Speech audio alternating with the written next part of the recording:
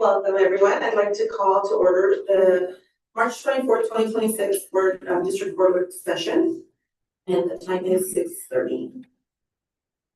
Welcome, everyone. I'd like to call to order the March 24th, 2026 District Board Work Session.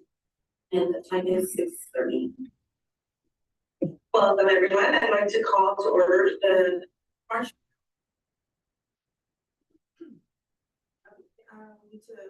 First is the approval of the agenda, March 24th, 2026 Board Work Session.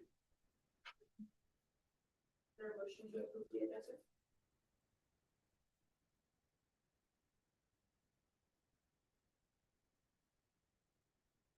I motion to approve the agenda. Or I move to approve the agenda.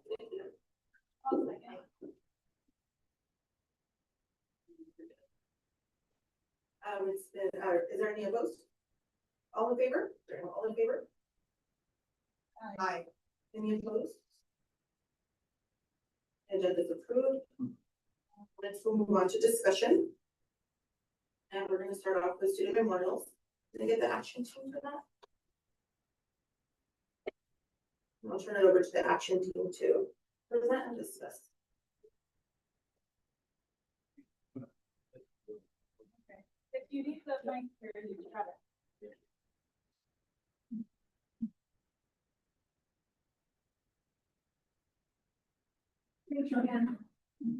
Good evening, everybody. Thank you for having us. I guess I'd like to start off by just introducing ourselves, and we'll get into how this action team started. Of course, I'm Gabriel Darvison, the principal of Sunnyside High School. Okay. I'm Brenda Studio and I'm studying at Sunnyside High School. I'm Anna Fumacho and I'm a senior at Sunnyside High School. Good evening, I'm Kaylee Chavez-Burke, teacher at Sunnyside High School. I am Jenny Biscore, also a teacher at Sunnyside High School. Hello everyone, I'm Adriana Mathis and I'm behavioral health educator for PC 105. I'm Danielle Studio, a parent. Thank you. So I know you have read this proposal policy, but I guess I want to talk a little bit about how it started. We don't have anything like this in Sunnyside School District, and we've always navigated as best we could in the past at supporting our families in the community when we talk about the loss of loved ones with regards to the school and commemorations of the sort. But a couple months ago, Ms. Bator said that she had a number of students that would like to meet with me to talk about the upcoming graduation. And I said, sure. So we arranged a meeting, and there was a whole lot of students that showed up. I think there was about a dozen or so. And so we sat in a very tight conference room there in the high school, and these students were really sharing their stories about their experiences with the people that they cared about and loved, and how they were hoping for something to be put in place to be able to remember them. And so the meeting ended, and I am by no means an expert of what this should look like, what would be best to move forward with this. So I reached out to Doug Rogers at the district office, and then he reached out to the ESD and Adriana Hernandez, and she'll explain more of who she is and her role in this. And I was really looking for a way to bring people together to find out what does this look like in a school district, and remembering our students that have passed away, and what does it look like at graduations. And I wanted to bring people together that have the expertise to help guide us in that conversation. So we had our first meeting together as a group again with Doug Rogers involved and Adriana Hernandez. We had some subsequent meetings, and we came to this proposal that you've had in front of you read. But we're going to talk a little bit more about that process once we got Adriana involved. So would you like to share a little bit of it?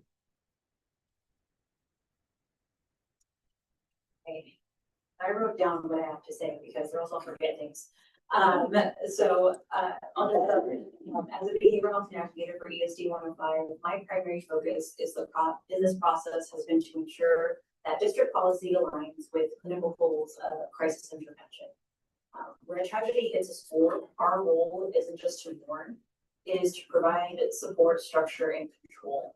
And when I say control it, it's really more of that structure, right? Being able to control the environment as we're navigating a really emotional and difficult time for a lot of people.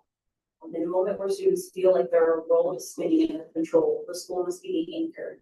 And this means acknowledging the needs for everyone, from the best friend to the student who sat across the hall. Providing permission and opportunity, really creating a space, a safe space to talk about feelings without forcing a one-size-fits-all grief response, because we all know everyone's unique in the way that we grieve is unique. Protecting the vulnerable and really recognizing that a crisis has a differential impact. A student already struggling with mental health or personal trauma will experience a peer's death very different than others. In the community of Sunnyside, I have learned that there is a beautiful, vibrant culture that deeply values the act of remembrance. We've heard from our students that they don't want to shy away from death or grief. They want to celebrate their friends' lives over. Our goal is to honor that cultural desire, the visibility, while maintaining the school's role as a place of stability. We want to move from reactive mourning, which can feel very overwhelming, to intentional honoring. I personally know how it feels when the school structure is more reactive. My senior year, a peer passed away from osteosarcoma in December. She was a varsity athlete and a face everyone knew. During graduation, every graduate was given a white rose. They placed in a giant foam star on the way to the podium. Our class board also features a permanent yellow star in her memory, and this can still be seen today in the halls of Eisenhower. While these gestures were born of love, they shifted some of the energy that day. As a student who knew her, but wasn't in her inner circle, I felt the gravity of the loss more than the joy of my own achievement. When I look back on graduation, I don't first think of my diploma, I think of the foam star. This is the why behind our work. This policy is our attempt to find a sacred middle ground, to honor the cultural desire to not forget, to provide the permission to talk, and to recognize student achievement. By setting these guidelines now, we ensure that every student is supported, every life is respected, and the school remains a place of both healing and celebration. Thank you. Thank you, Adriana. So when we had our subsequent meetings, we pulled together her expertise and a bunch of different literature in this science and psychology and sociology and such. And we reviewed and we read these pieces of literature together as a group, students and adults alike. And we also found some policies in school districts across the country, and to kind of serve as a guide and a model for our learning and investigation and come to conclusions on what it should look like for us.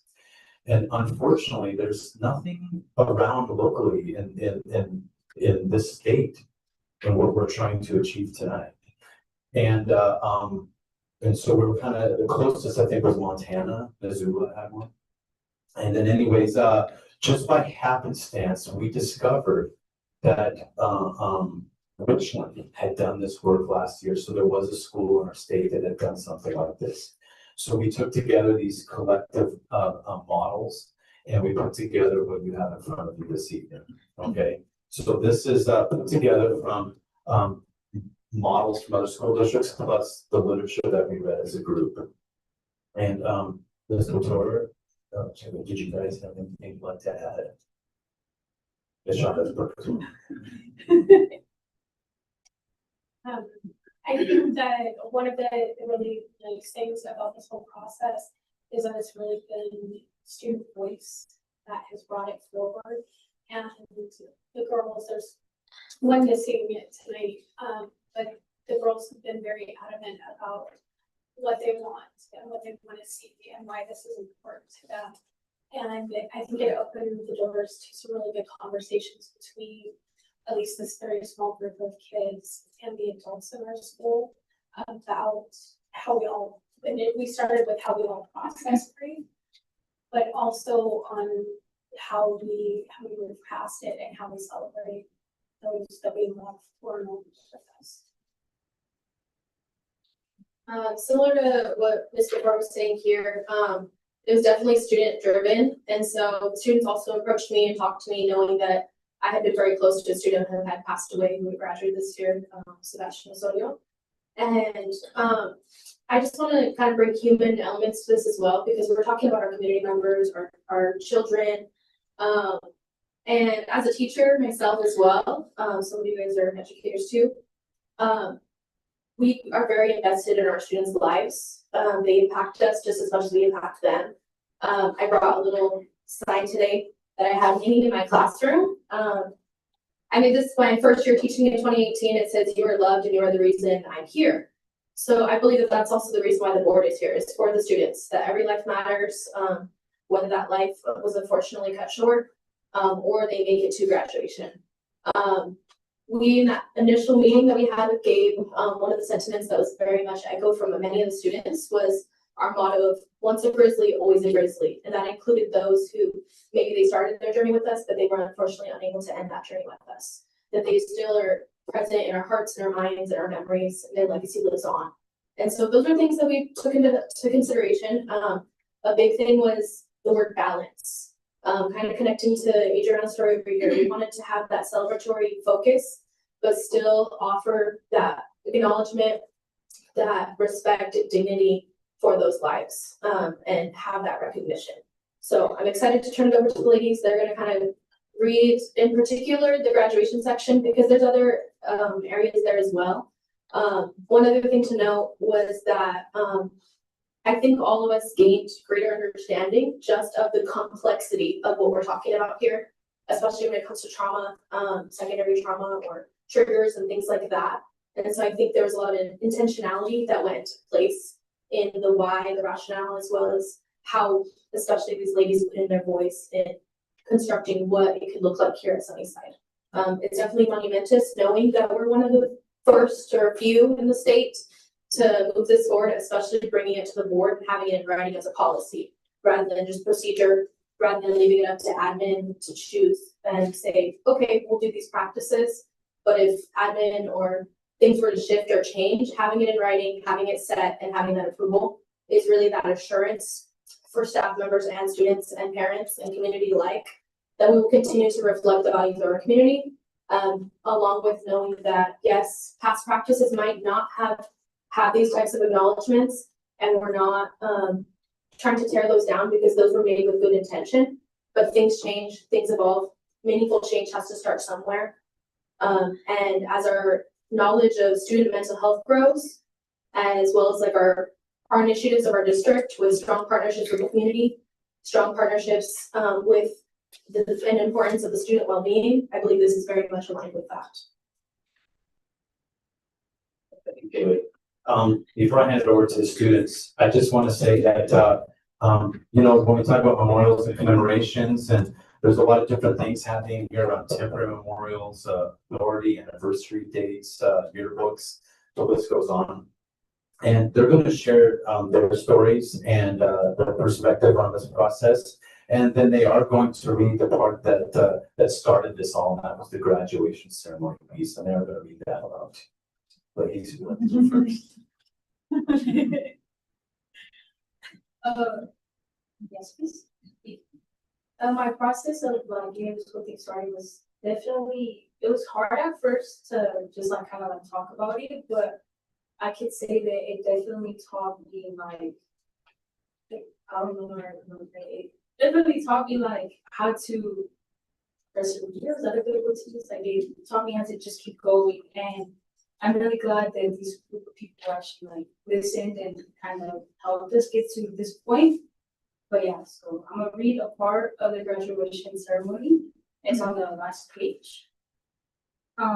It says graduation is a special time to celebrate the hard work and accomplishments of our students. We also understand it can be a time to remember classmates who are no longer with us. Finding a healthy balance between acknowledging a loss and protecting the emotional safety of participants and attendees is the goal. Sunnyside High School has a thoughtful procedure in place to honor the memory of students who passed away before graduation, ensuring the moment is handled with care and respect, with keeping the focus on celebrating the graduating class.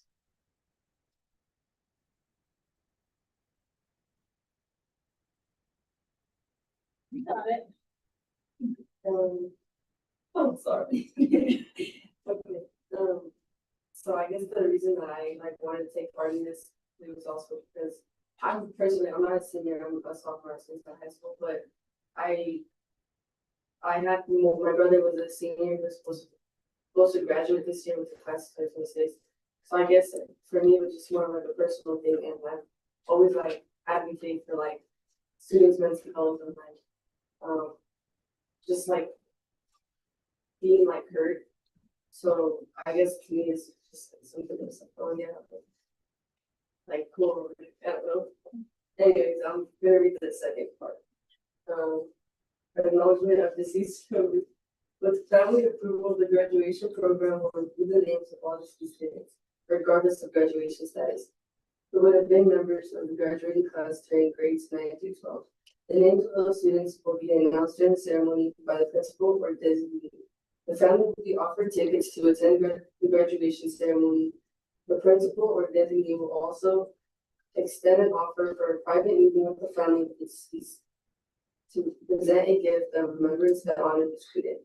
If the student has earned all the requirements for Sunnyside High School, Sunnyside School District High School diploma, the principal or designee will extend an offer for a private meeting with the family of the deceased, present graduation credentials, as well as an invite for other traditional opportunities or ceremonies that may occur.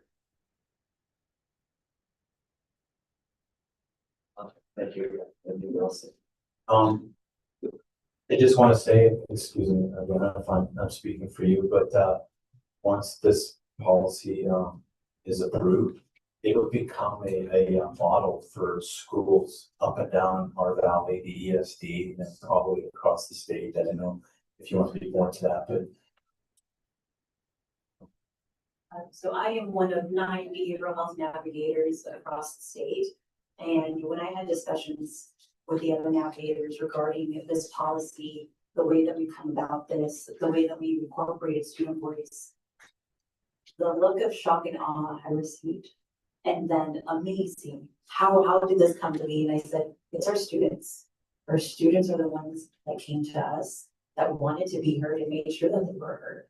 And our responsibility was really in helping navigate and guide them through this process, but ultimately it was a collaborative effort.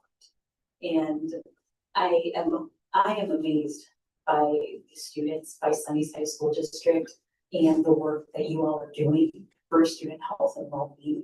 I will say you guys are on top of the game when it comes to all of this, and it shows just the amount of support that these students are getting. And like Gabe was saying, this process has not been an easy process, and we've all shared tears together through this process. Grief is difficult, but it doesn't have to be. And I think that's one thing that these students really have shown, is that it can be something that is celebrated. It doesn't have to be hidden away the way that a lot of us have grown up. And they're really showing this. So I'm appreciative of them and what they're doing now. One other thing that we discussed at our last meeting that I had mentioned to Doug, who wasn't able to be here today, but he definitely played a major role in helping us put this policy together, was kind of an ask of either the superintendent here or just the district in general, which is that if and when this policy is approved, that we would like a statement be made to the community that's both like sharing this policy, but also recognizing and acknowledging, almost as an apology, essentially, like saying we understand that it passed, that nothing like this had happened before, because we do know that families are hurting. There's families very recently that had not been honored, and finding a way to recognize that those families and those students who also were lost were part of this becoming what it is today. That their story is, their fingerprints are part of what created this into being. That we very much reflected on their lives as well. And that we understand that the hurt is there, but that again, we recognize that and want to do better. That we want to evolve, and that it can start now with us here today. that's all we have for you folks. Thank you guys for all of that. I do want to say a few things. So I went home and read the letters that are last time when you guys gave us the student letters, and like Adriana said, there were tears that were shared because they were very touching. And it was important for us to read all of that also. I also liked the balance, how you say there has to be balance, right? I appreciate your insight and your connection to it, because initially when I was reading this draft, I also questioned like, well, I thought we had talked about having like a more of a memorial at graduation, but I see you made me understand why, why it's this way. The meaningful change starts somewhere. Who said that? That's very important. That's so true. Meaningful change starts somewhere, and it can start off so small. And I know that this isn't small, but this has been, you guys have tried in the past to bring this, and I'm so proud that you guys did not give up. Not saying anybody else gave up, but you guys spearheaded this, and you did not give up, and you kept going, and you did not take no for an answer. And that shows leadership, and that shows perseverance. I'm so proud. I'm so proud of you guys. There's always room for improvement, and I'm glad that you brought up past, because I think we do owe an apology, and I think we do owe acknowledgement to the children, to the students that have passed in the past that weren't able to be a part of this. So thank you for bringing that up.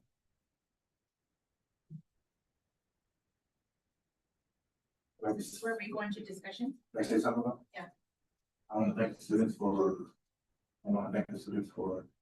having the strength to come forward, and to bring it to the board, and to let you know that I have to be wrong.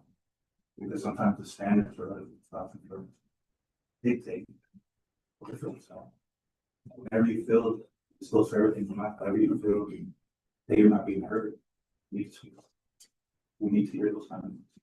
If there's any issues within the school that needs to be heard by us, you always have a right to come to the room and speak out. And that shows that when you push something, you accomplish it. You keep doing it. I commend you on doing that.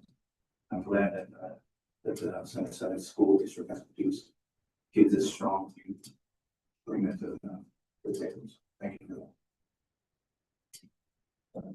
I just one final, I have one thought that I was going to share about looking over the policy. One thing that oftentimes when we get a policy, it's brought to us from like government, like here, you need to adopt this. And it's really so great to see that this document, this policy has so much student ingenuity into it. And that's a huge thing, because we work for our students. We do everything we do is for our students, as was mentioned before. And so I think it's really cool that this one didn't just come from a bunch of grown-ups and that people making the decision. We had student voice that really got to share and express. And it's something that we've talked about as a board. My previous board and I, we had discussed it before as well, because it is, where's that fine boundary between pushing too far and not doing enough. And I think we all have done a fantastic job when it comes out. So thank you for your time, and then also thank you for including this wonderful students into your decision. When they came to me, when I talked to them last board meeting, he said they have to they'll take care of it. He did, didn't he? Yeah. I would like to say I'm very proud of you guys for being vulnerable and being persistent. As an educator, I'm very proud of you guys. Student voice is everything. And if some of us would listen to you more, things would be so much different. You guys are so amazing. And also the collaboration that you guys all came together, and I'm very happy to have ESD 105 here and to implement it in different districts if we can. So thank you again for coming, and we appreciate you.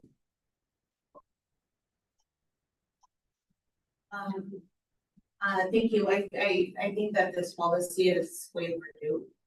This should have happened a long time ago, but we're here now, and thank you to the team that's been doing this, and the students again for raising their voice. I do have a couple of questions though, just for the policy, right? When it says the names of those students will also be announced during the ceremony by principal or designee, what does that look like? During what time of the ceremony? Just because people also need to mentally prepare for that moment that you're gonna announce name and somebody's not gonna walk up there, right? So that's where during the ceremony I was gonna do this. Straight to the beginning. And that is based on some of the literature that we read where it's kind of things happen at the beginning of some, for us, it'll be at that point. Was the, oh, I'm so sorry, yes, yes, sorry, okay. At the beginning, for us, it'll be at that point when the graduates walk in and they're standing in front of their seats before they take their seats. Right at that moment, when everybody's in the stadium, then we'll start with the recognition. And then we'll go into the remainder of the graduation ceremony. Yeah. That was the question, right? Is again, you know, with parents and family being there, we need to, how are we gonna mentally prepare them for that moment, right? And so I guess my other question would be, and I've talked to, you know, parents in the community as well. And one of the things that was mentioned is, from my understanding, I thought maybe like a chair would have been a way to go, just more for that silent knowledge, acknowledgement, right? And so, I don't know, is that an option for students? This is a great question for her.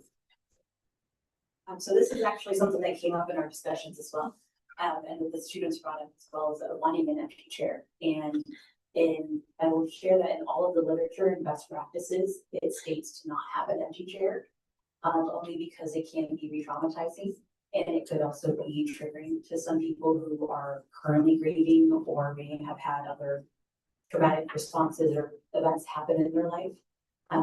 It's understandable why. I mean, my school we had a giant foam star, right?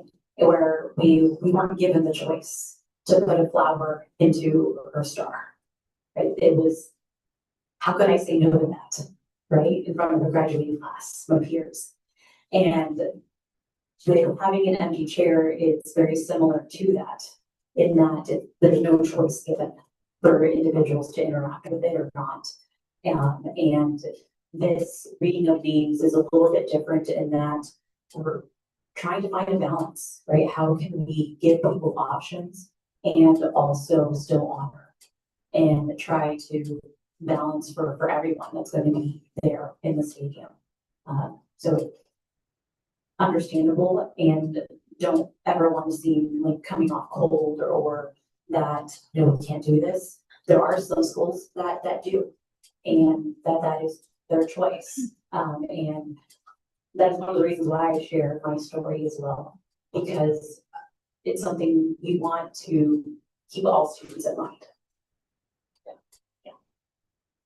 Going into the initial meeting, the second meeting that we had when it was more the specific group, I also went in with the intention of thinking like an empty chair was something that I had heard about, been done in certain schools. Again, not policy, but procedure and practice. But the more that we dove into the literature itself, I think that opened the eyes, not just to myself, but the students as well, kind of connecting back to balance. And then that first paragraph where it says trauma informed. And so there was also some research that I had done that, for example, in Richland, they had done an empty chair, but they did a single empty chair that represented all the loss that had happened. And again, there was kind of insensitivity in the sense of like every student mattered, but why are we only using one to represent each of them? And so there was a lot of, again, discussion and conversation about it. It wasn't something that wasn't considered, but I think coming back to that celebratory nature of graduation, to kind of add as well, Gabe had already started to kind of draft and prepare a message that he could give to the community during that time, to read the names. Very, very heartfelt, very, again, it has that human element, and would include a moment of silence for those families as well. So one thing that also not present today was Jason Aguilar, our teacher as well. He definitely pushed for remembering that we have to have those supports in place for the families as well as the students prior to this being announced and the names being read as well. And so that's definitely things that we can consider when we were putting this into practice as well. I've already drafted that part of this.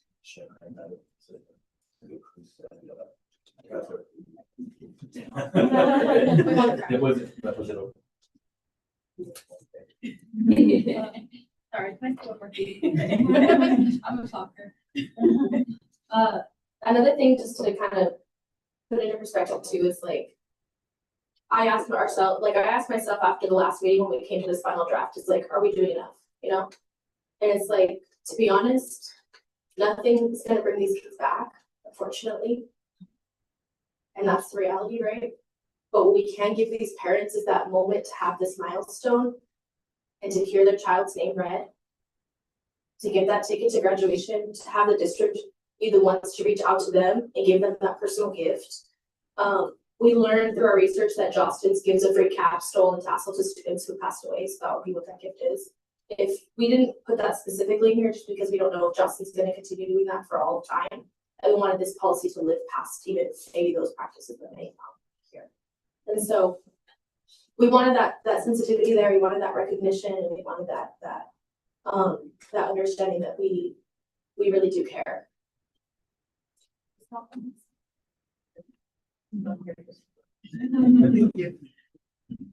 The only question, I just wrote a little arrow here, sent a question about, where it says Sunnyside High School has thoughtful procedures in place to honor the memory of students who passed away before graduation. So that goes back to the tassel that you were just talking about. Is that anything, I was gonna say, can we be more specific on that? Does that? That's, okay, that'll be the procedure, okay. There's a flight team process to go for years. Okay. Yeah. She wants to speak. Thank you. Yes, thank you for asking. I'm mostly here for support, but as I said in the last board meeting, I want the voice of the students to be heard. I knew that these meetings were happening. I was not part of them, but it is, I'm, holding back tears hearing of everything that went on and, a lot of thought in this process. And again, I agree with you guys. I'm very, very proud of these bills and the students that have spoken up to make these changes. Thank you. Thank you. It's hard, but thank you so much for being here. Anything else, folks? I do have a question regarding where it says temporary memorials. Are we still on the graduation or can we go over the policy? Okay, Absolutely. so where it says, temporary memorials may be displayed in a designated area within the school building until the day of the funeral. Do we have a designated area already for that? No, we don't, and oftentimes it's common space, just like it could be the media center. The library, and that would more than likely be that place. But we don't like to put a place because you never know if things might change, might have to be in a different place in the building any given year. But traditionally, that's where we've had this.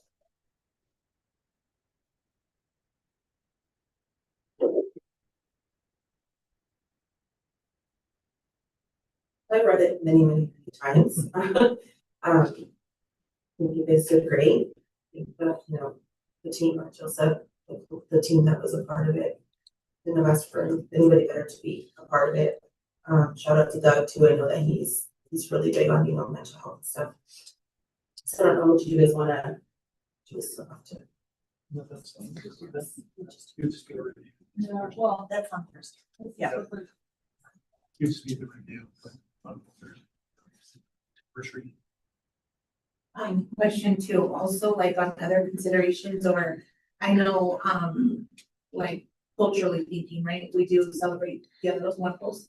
Is that something that is allowed to do like an altar and put up pictures like that? Does the culture club do that? Or, Latino culture club? So for the last, I would say, several years, is usually spearheaded by Tina Peabody, and her leadership class puts together an agenda and has a display that everyone on campus gets to contribute to. So I would assume that would be like the executive. So the students want. Thank you.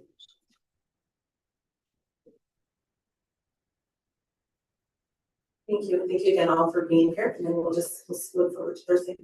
Appreciate it. We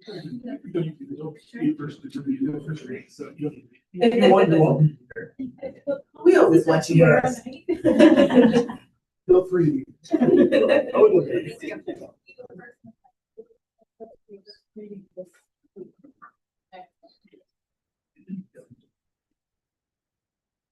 So our next item is ASB, presented by Dave Martinez. Yes. Are there any conservation on the screen? He's not.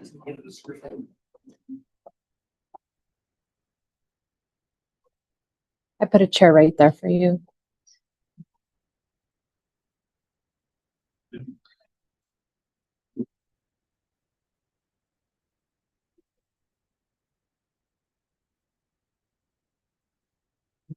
Screen.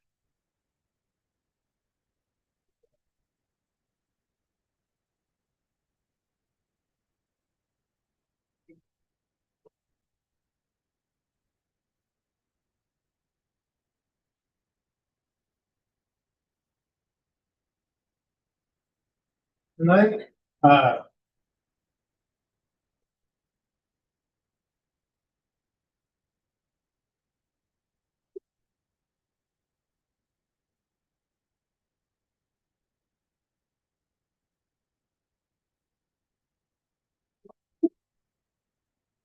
Come on. this one actually works better. This is what you do. When your seat work, take the middle.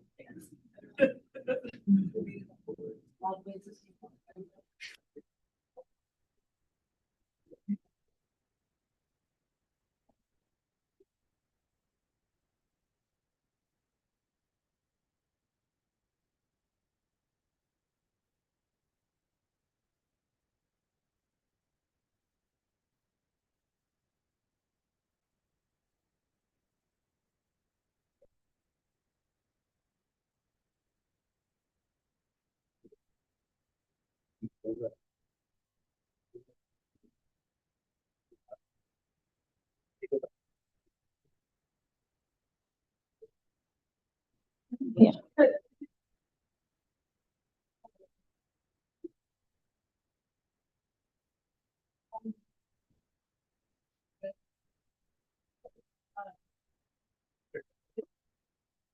I just walked to the space. We had tested it. Thanks for having me tonight. I thought I would give a big picture of ASP athletics, the whole culture, and then our ASP president, vice president here too. And you just kind of see how the whole thing works. Oh. To show you the impact, that's data here to show you that grades, to show you how we monitor grades. Sometimes that might be a question people ask you guys.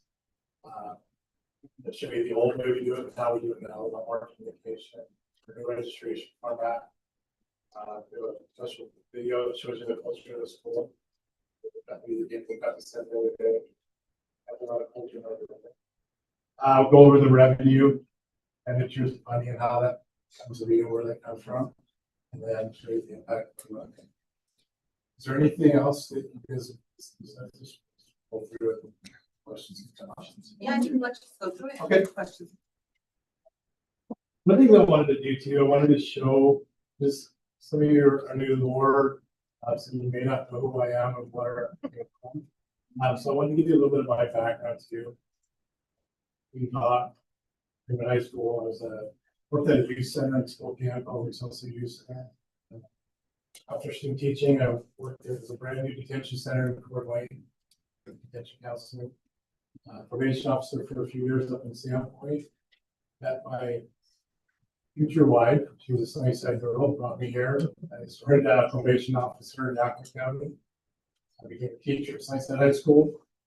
I was an assistant principal overseeing student life and counseling and science for 13 years, and this is my 6th year as director student. They hired me when I was 5. There's my coaching experience. Here's my so this, I'm going to show you this. So this is a method that's been around prior to me coming in. It was a list that went out to our coaches, the students that were on probation, students that suspension. But it felt like it was always reactive. And so this would be 2022, we started doing this. Next slide here. So now I have a dashboard, and this is an example. I can see all this boards at one time, and this sees, and I can go by tab. And it lets me, this gets updated daily with the rest of the data that I'm building. The next slide. This is an email that goes out to our coaches. They get it twice on a grade check, and once on a non-grade check, so they can see the students that are red, yellow, and green. And the idea behind this is we wanted to get more eyeballs on students. They spend a lot of time with their coaches during the season, and so it was and then our coaches are pretty competitive, so we put down what their GPA was and what the athletic GPA was too. Our students, we had this generated at the same time. The students get an email and it reminds them they haven't forgot. And then it reminds them of what sports are in place in their building. And then it reminds them, talk to your teacher about a plan, and they communicate that with your coach also. Like, what's your plan? How are you going to get straight up?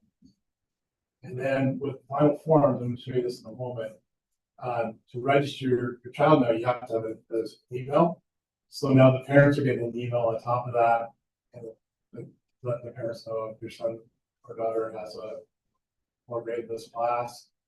There's the supports that are in place. There's consequences that can happen. So we really feel like we've increased the amount of communication for every half of our students. The next form. So this is our new registration form. This is pretty cool. So show you this. So this is our spring. I thought it's a short one. It's gonna have some probably done. And so if I were to click on this, it allows me to filter. I can go green, all the students that are eligible in that sport at that time, yellow, they're on probation, and red if they're on suspension. And the cool thing about it too is immediately if it changes, it fixes a grade, email goes to the coach, student, and the parent. Same thing when I'm doing, I just do grade checks this last weekend, and an email is going out to parent, coaches, and parent, student, and coach that there's a path on the grades. And it's amazing how quick emails are coming in. Sorry, I'm working with my teacher, or teacher was out last week, this happened, whatever it might be. So there's communication that's happening. So maybe at some point when you teacher out, I can show you guys what this looks like.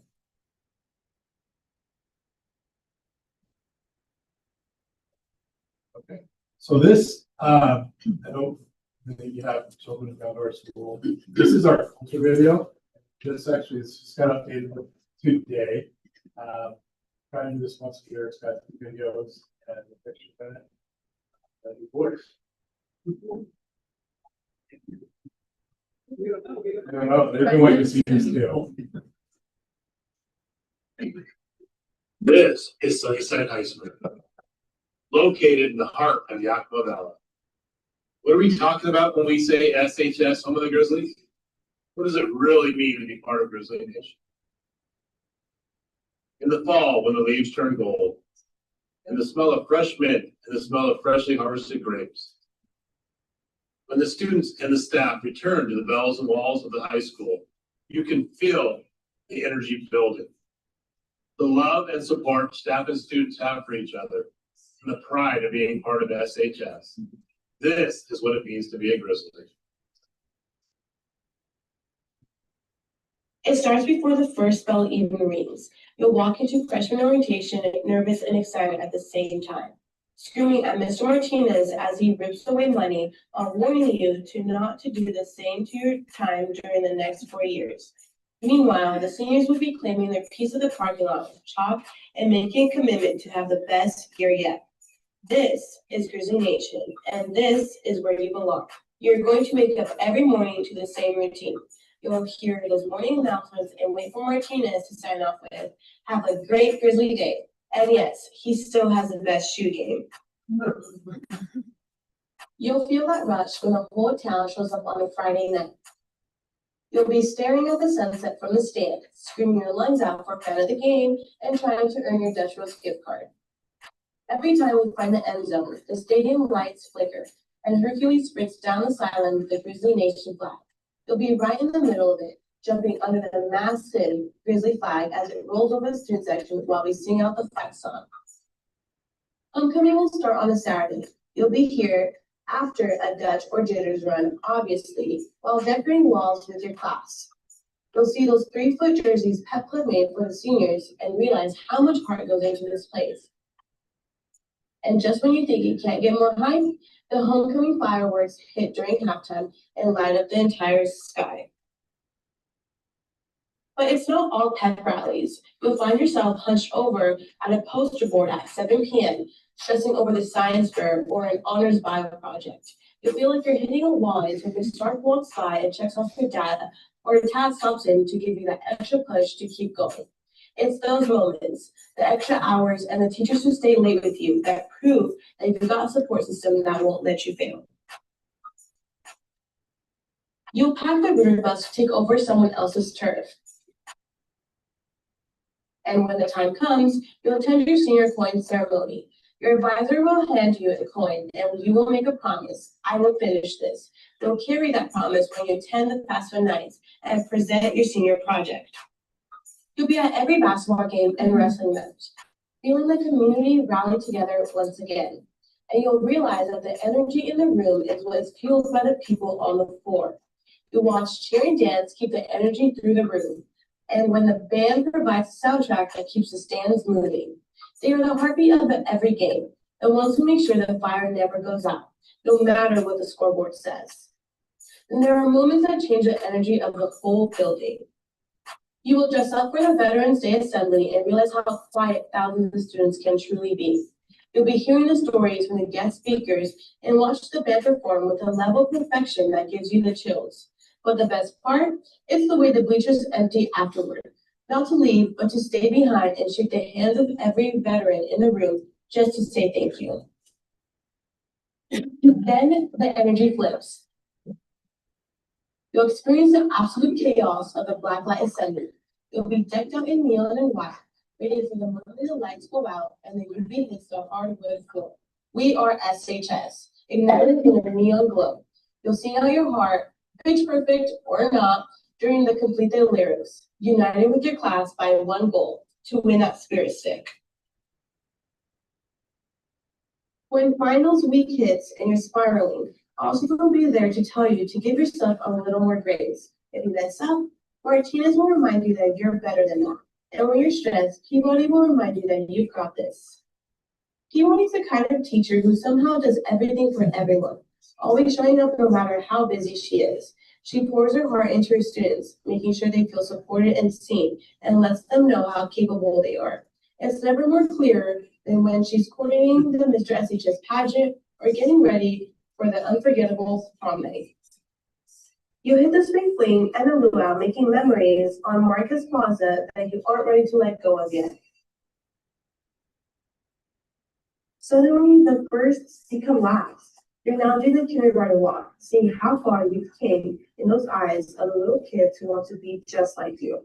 You realize you will now miss the Grizzly family Fridays in the cafeteria and be happy you attended your senior bingo party, because now you realize you're near the end of your Grizzly novel. The upperclassmen always told you it goes by fast, and you ignored them. But the truth, they weren't lying. So take advantage of it every second, because one day you're at the moving up assembly, crying because your friends are leaving. And the next, you'll be sitting at your packed graduation, watching the sea of caps and gowns. You'll stand on the field for one last time, looking out at the thousands of people in the stands. And as that final massive show of fireworks lights up the sky to celebrate your graduation, you realize it wasn't just 4 years. It was the start of everything. It was your home for the past 4 years.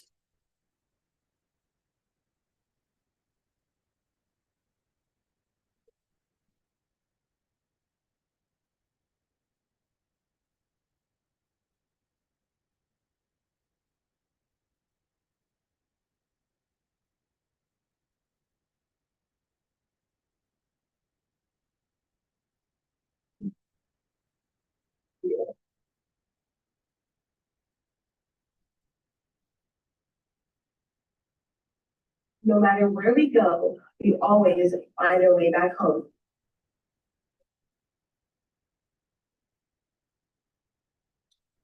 All right. So, for any video, we try to capture all the things in our school.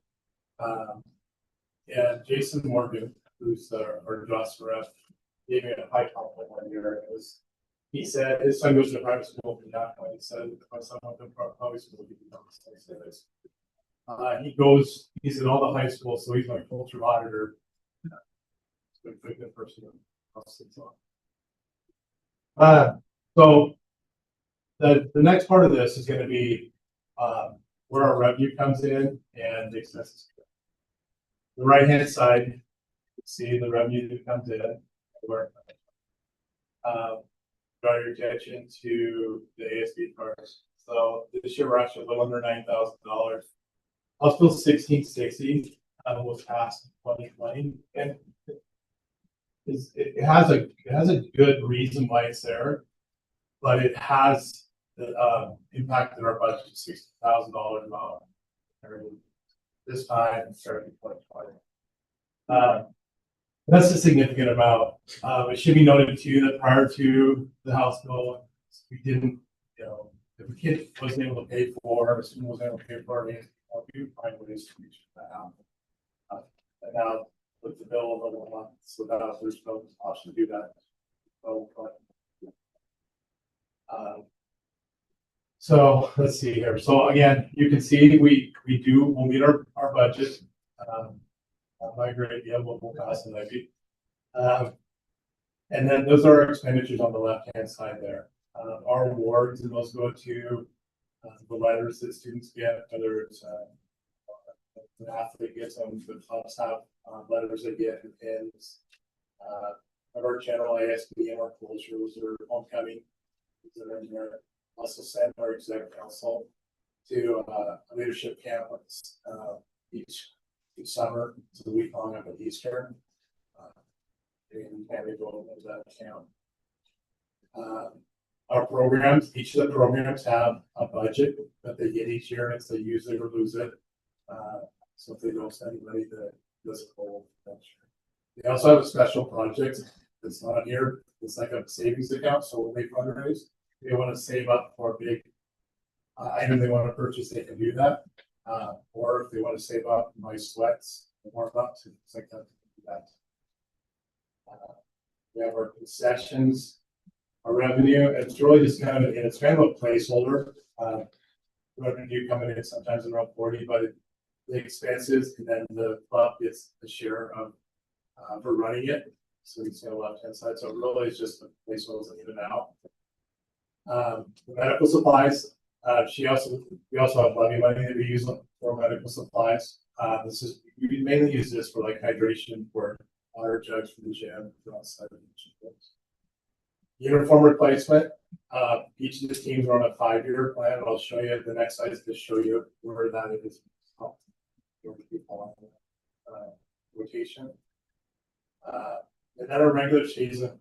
So it also pays for this. Sometimes people don't understand this. It pays for adjudicated competition. So band goes to adjudicated competition, pays for their entry fees.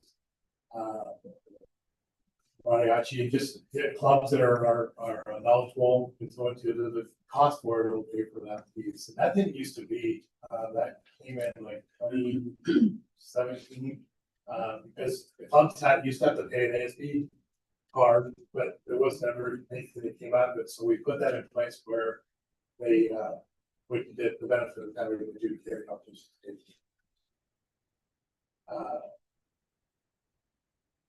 Which that's a lot of, because we're getting a lot of information right now. But things that are been wondering about, hearing about. I do have a question. So now that you're showing this budget breakdown here, how do students participate in the financial decision? Like, how do they participate in that? You want to talk about that, Pete? Like what specifically, like on how to spend Like, yeah, or events, right, that you may want to do, like how do you participate in the spending? I do know for volleyball, when we wanted to do we did a gold medal square. Sorry, I didn't see my next. For volleyball this year, we did a gold medal square, and so in order to do that this summer, we fundraised beforehand. And so it would have cost more money to go to a gold medal square camp. And so for that, what our coaches kind of helped us see the vision for was if we were able to fundraise a certain amount of money, then we were able to participate, and it would also help our team participate in those. And so it was kind of just like them bringing the opportunity to us, but then also giving us the opportunity to be involved in raising for that. And then same thing with anything that we wanted to do during the season. We did practice shirts, and so we had to wear the practice shirts at our practices, but if we couldn't complete them out, or if there's just a problem like that, then we could either help fundraise to pay off the amount that we think we needed to, or also we could talk to our coaches if they would make sure that would be. The other thing they'll do is when I get back, I'll probably set it up before spring break, all the clubs, as far as they're gonna get their budgets for next year. So they need to think about in advance what fundraisers they want to do, what activities they want to do, where they want to spend their money. And then that comes back, and exec will actually approve those executives. So we'll look at all the budgets for all the clubs. So we've been doing that for a long time, but we've really been super intentional about that probably the last 6 years. On seeing what the budgets are. So we want people to have a plan. Some things come up, like there's an opportunity to do a fundraiser pops up once in a while. We really want clubs and sports to think about what they want and how they get it. I'll show. There's a slide coming up. I'll show you the rotation on the uniform. I'll show you the levy side of things. So that's right out the levy. Is So each sports budget is created by their plan that they propose. Okay. And then understand that there's sports costs different money for like outfitting different sports. Like it's crazy. A football helmet's $450 with one helmet. So we have a rotation on those, and they have a shelf life of 10 years. So you have to be super careful that you're not ordering 100 helmets in 1 year. So things like that. Shoulder pads, $250. Baseballs are $100 for a dozen. So their budgets, we try to cover those things, but they're expensive. How do we, so speaking of that, and keeping in mind that I know football is probably the one that brings in the most, revenue. How do we have something in place that makes sure that the resources are distributed equitably across the different sports and programs? Yeah. I know that they make the most money, but do they, any money that they make, do they keep? Probably not. Okay, so how do we make sure that it's distributed? Yeah, if you look, so the football can get 30 grand to spend. So that money that's coming in there, that's going to we're spending $15,000 on uniform replacement. So I'll show you next slide. So this year, at 25, 26, we had baseball, got communities this year, boys basketball, boys wrestling, girls basketball, girls wrestling. So that money that came in for those games, those are going to pay for those uniforms. Baseball's another revenue sport.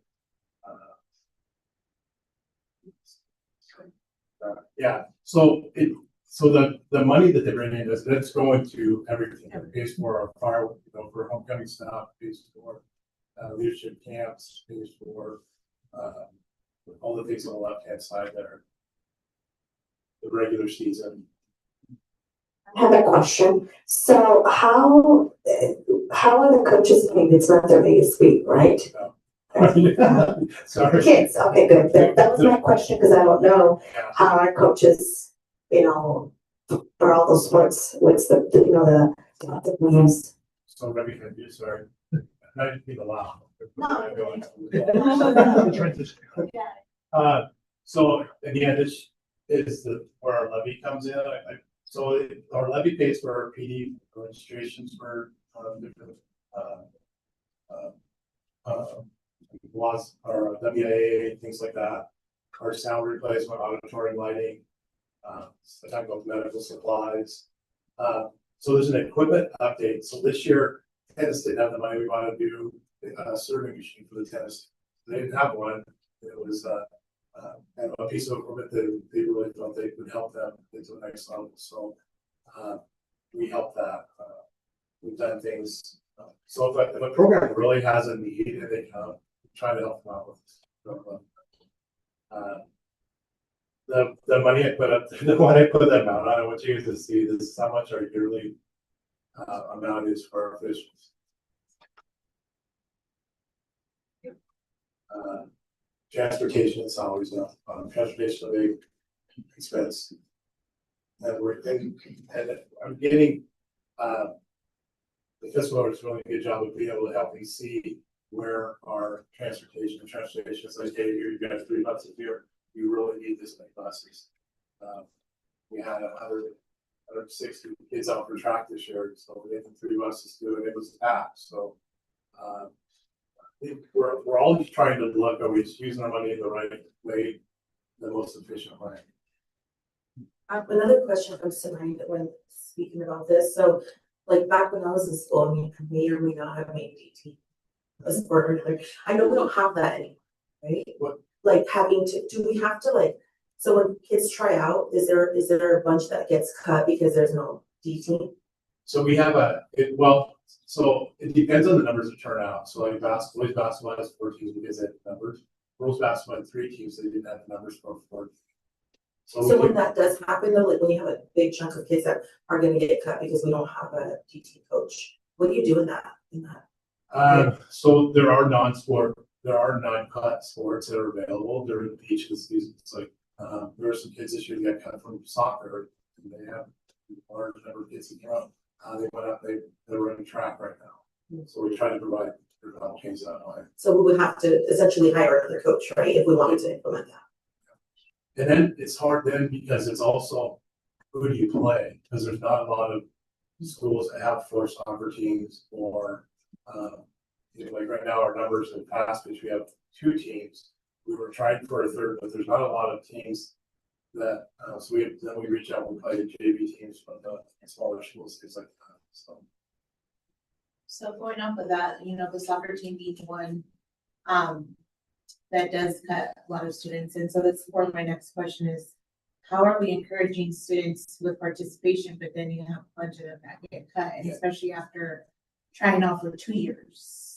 So, and then they get cut again, so how do we continue to try to engage students to continue to participate when they're getting cut year after year? Yeah, well, one of the things too, a number of those kids that did get cut, so the coaches are going to get grades.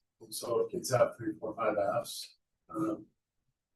Ideally we'd love them to get involved because maybe they would help their grades come up. You can see that in the data, but sometimes that piece alone is what plays with the factor with that. And again, you see the budgets and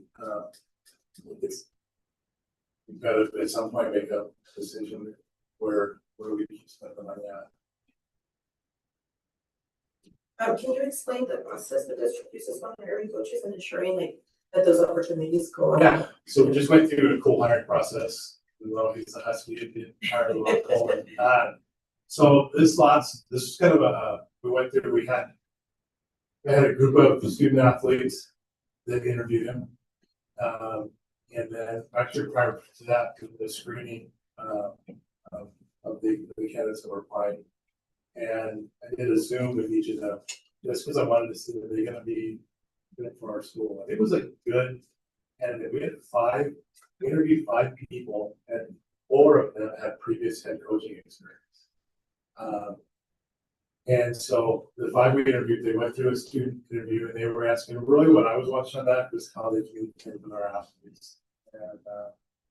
And then they went through, they got a tour of the school facilities, they came back and we had the goal to as well to sit down. They had to ask questions about what values and beliefs, how they do the program. And then it was really cool because the students ranked them and our goals, they were the exact same. So that was the process that we used for that hiring. I don't I hired the head coaches, our head coaches hired the assistants to try not to micromanage that piece of it. Because they've got to have people that they trust and have the same beliefs that they do. You know, if you've got someone that doesn't believe they can win, Sunnyside, they wouldn't be a good person on your staff. Okay? So, that's your question. Yeah, it does. Speaking of, you know, how, like you said, you don't micromanage who they hire as their assistants. Do you ever feel like there should be a shift at some point? Like it's always, I feel like it's always the same ones and not knocking them, you know, they're probably great, but is there ever an opportunity to give someone else that applies an opportunity to showcase their skills as a coach? You mean like when someone steps out or will you? Well, I know that they have to reapply every season, right? The assistants. Oh, yeah, so if the head coach steps down, then the entire, and that came about because we had one of the programs that head coaches stepping out, and then the whole staff was gonna come back, well, there were some core value beliefs that were present with some members on it that didn't believe in units, so I said, Yeah. it wasn't fair to a head coach having to take that on, so now the head coach steps down, everybody gets a designation letter. We hired the head coach and then they get to hire their staff. Okay, so the reason I asked, you know, during, and I've said this many times throughout other presentations that we've done, during my time at campaigning and hearing out the public and asking questions, answering questions, what I kept hearing over and over and over is the concerns about fairness in athletics, whether it was favoritism with the students or the players, or favoritism with coaches, or people being passed up with that had the qualifications over people that didn't have the qualifications because we were hiring friends or family of you know, current worker or current employees. How do you respond to that? Like I have, and I still to this day get that same question, and are the same concerns. People are still coming to me with those same concerns, like, you know, so and so applied and they had the qualifications, but they were passed up for this person's brother or this person's, you know, and it's over and over and over. And I understand this doesn't happen a lot. We're small, I mean, we're big, but we're a small community where, you know, there's no way you're not gonna hire friends or family, right? But when that same concern keeps coming up, how do you answer that? How do you show transparency to that? Oh, well, I'd say one thing, I'm pretty competitive myself. I know. So I don't care if we're playing checkers, I wanna beat you, and that's who I'm gonna, you know, I want somebody that's good for our kids, to keep some values, morals, and wants to win too, so that's gonna be going through my filters on hiring somebody.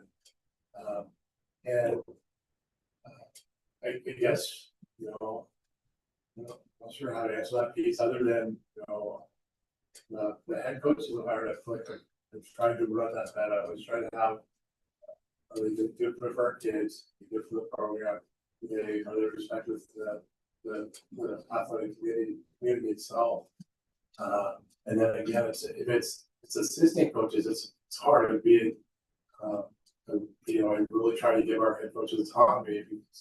It goes back to who they want to hire. So speaking of that, have you ever thought of having the coaches, or have the coaches ever thought about having a union like the teachers do, where, you know, the teachers can agree something, or do the coaches currently have? So it's not a union, but it's a coaches Agreement. Coaches agreement, but what are the groups called, the coaches?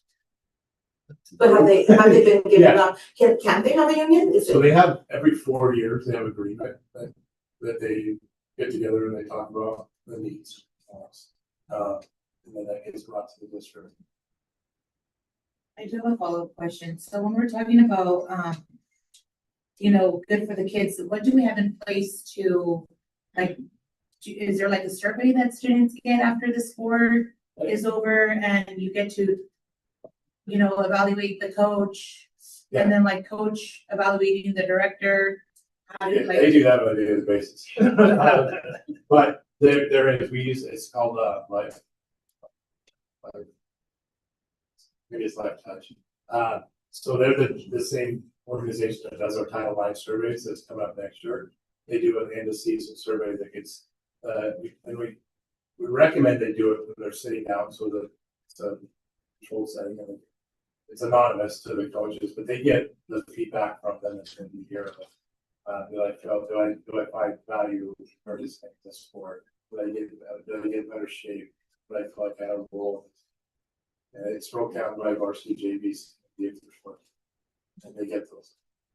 Okay, that's good to know. And then also like coaches, do you get together with the coaches, maybe like at the end of the season, how did it go? What did we improve?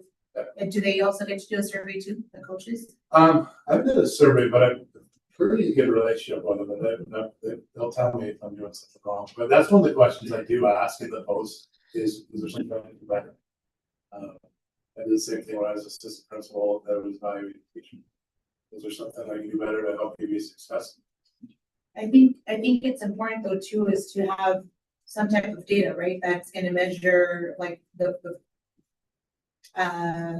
measure like the success of the athletic program, right? So, you know, data, maybe like surveys from your coaches and student surveys as well, right? And maybe next time we can present on that and sure. I bet Lifetouch probably has something like that. It doesn't have to be like, you know, excuse me here, but like, maybe something you share with like the board and, you know. I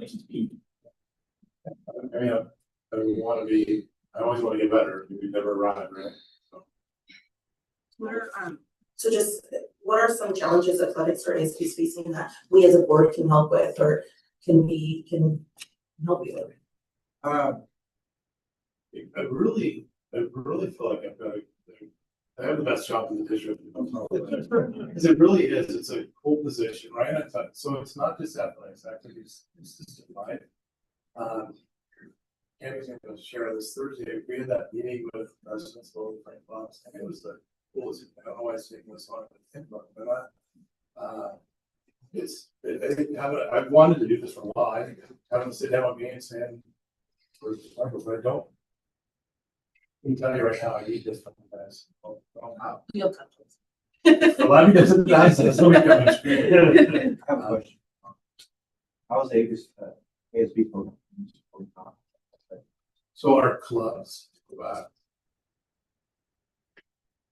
Those that are coming out involved in sport. yeah, so our clubs, our regular season, so anytime there's adjudicated competitions, those, so like TSAs, so there's adjudicated competition.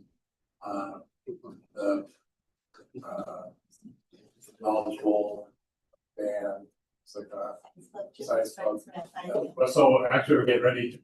We're going to send off for. So I've never done this one. We're going to send off 7 a.m. on Friday for transfer. But we pay for the hotel and the deals. I know that the fee changed this year, right? Did it change? I know that. I don't know, my son was saying something about it changing this year. He's going to science fair and he was telling me something about it. Yeah, I will be there. Something about the fees changed for science fair this year? Do you know anything about that? I have to ask him. He didn't really know either, but he was asking if I knew. And there's the ASB funding that they how much do they give per day or per, you know? 29.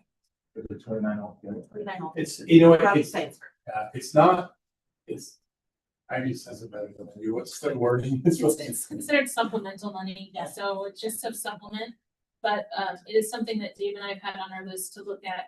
Our rates haven't been updated in many, many years. And so now like what we're giving a kid for lunch or breakfast, they might not even be able to share something with someone at McDonald's. So we probably need to look at raising that. The House bill thing did, you know, we don't have a lot of extra money in the ASB, but it is something. Is there a specific dollar amount to each meal that you guys provide?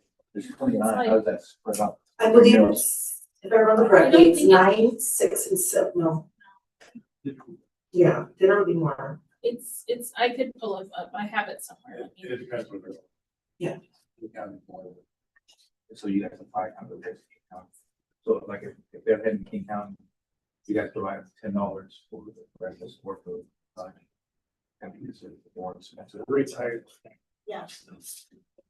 It's kind of like when we travel for work and the per diem rate. It's the same amount. It's not the same amount, but it's kind of the same concept where it's more depending on where. No, I understand that. Because the kids are getting sent out and I can not pay for the meal. Sure. I have a question. That's the question.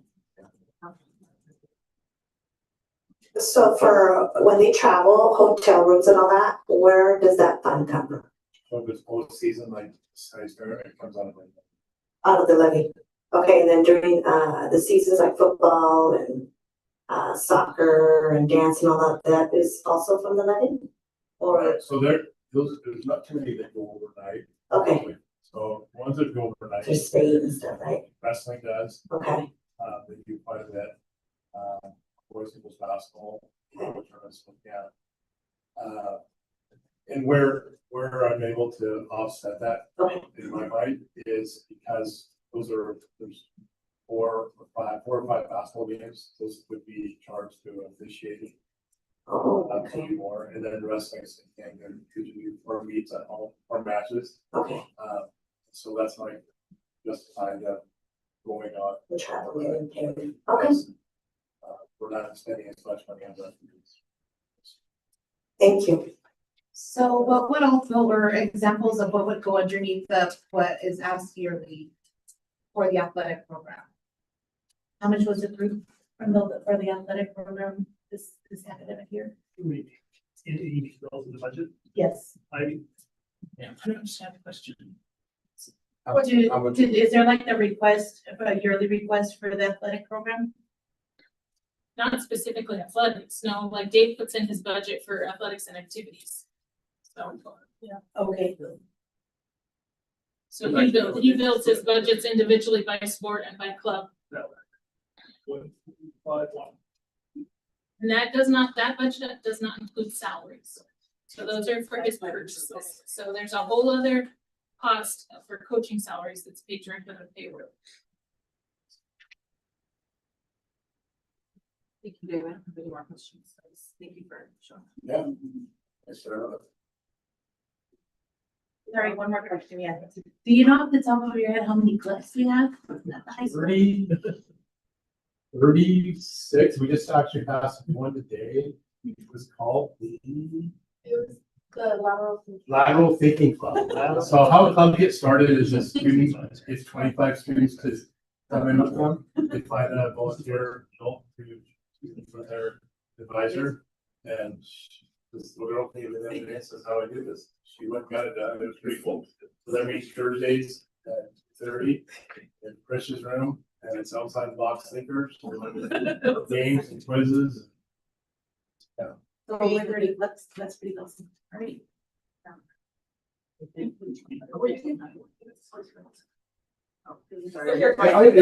all your time. Yeah, questions for them. They're just moral support. For Dave. What do I do? They're both graduating. So the next discussion item is the asset prevention program, and building condition assessment. Presented by Jeremy Hassler and G and.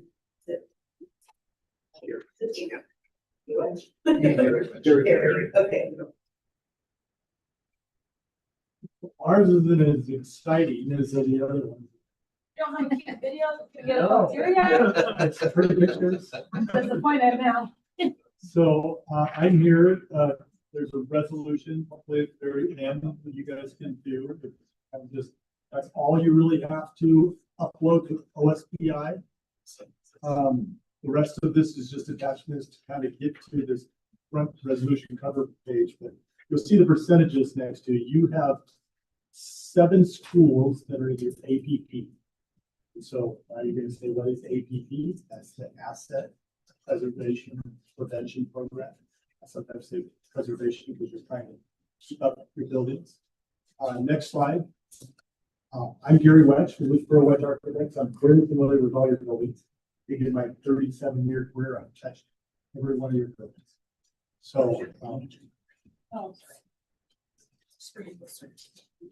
So, every 6 years, you have to have a BCA consultant, and there's a whole list of them on OSPI's website who can become certified for your buildings. I'm just one of them. But 5 subsequent years, Jeremy will bring a report to you guys and kind of report the APP and percentages for at least these 7 buildings. And you have more than 7 buildings in your district. And you'll see in this extra backup slides, I've actually rated all your buildings. That will be part of your study and survey update that I'll come back to share with you again about. But you're only required every year since 1994, any new facility that OSBI gave you state assistance on, you have to report yearly, annually. So Jeremy will be doing it every 5 years, and then every 6 years, I come review what Jeremy's been doing and certify it. I gotta tell you, Jeremy's right on track. He's plus or minus a percentage or two, exactly where OSBI and myself were likely to lose to be cared for. So you guys are fantastic. Next slide. So what is next slide? I think it's worth there. So the building condition standards, that's what BCA stands for. And if you want to go to the next slide, it's just a rating system. So in ICOs, we have all your school building facilities listed there. We give it an excellent, fair, a good, a poor, or a unsatisfactory. And within that rating system, you get like different categories. So there's the exterior envelope, there's the structure, there's the roof, there's the interiors, there's the finishes. You know, so there's all kinds of different components that we give that excellent, poor, fair, and that's how that system gives you a percentage. So you get 5 points here, 4 points there, 3 points there. So you'll see that the scores come out to be like 90%, 80%, 70%. Next slide, please. So 62 is just minimal. 62%. So let's skip ahead to the next slide. You can see like just this school here, Pioneer Elementary, you know, it says 52%. Each year where you can see the supporting year, 2026, 2025, 2024, 2023, you can see the years that APP building, it should basically start from 61%, 68%, 59%, 58%. That's going to get lower. If you want to go to the next slide, I've actually provided this to Jeremy, which he's been doing a fantastic job, so he doesn't need to do it. But this is the guide that OSBI trained me on. It said, if you come to Sunnyside, if you have a building that's 6 years old, it should be somewhere right there around, I can't read that small, 6 years, the 83%. Yeah. I About 92, it's 83. Yeah. I can read the 18 one, that's 74%. So if your building is 18 years old, they expect your score to be somewhere around 72%. So on page 3 of your little packet that I think we sent at Eddie, I can't read that all either thing. I've actually in blue told you where the percentage is that OSBI expects your buildings to be rated at. And Jeremy's right within plus or minus a point either way.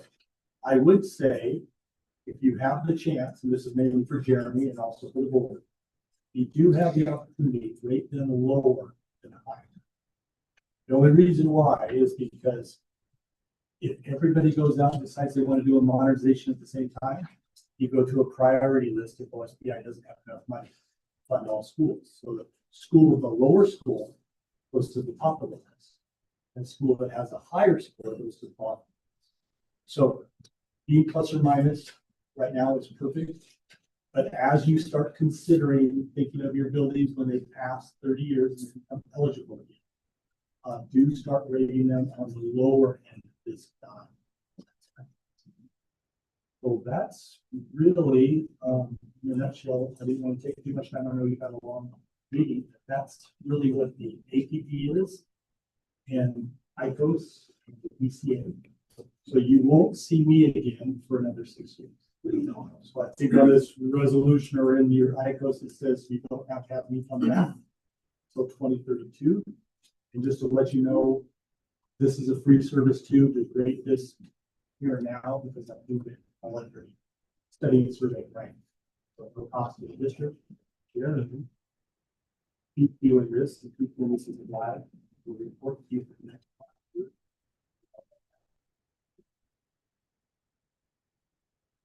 So I hope that's pretty straightforward. So that's when we do a bond and get the building that's less that needs more work first, correct? Is that how it works?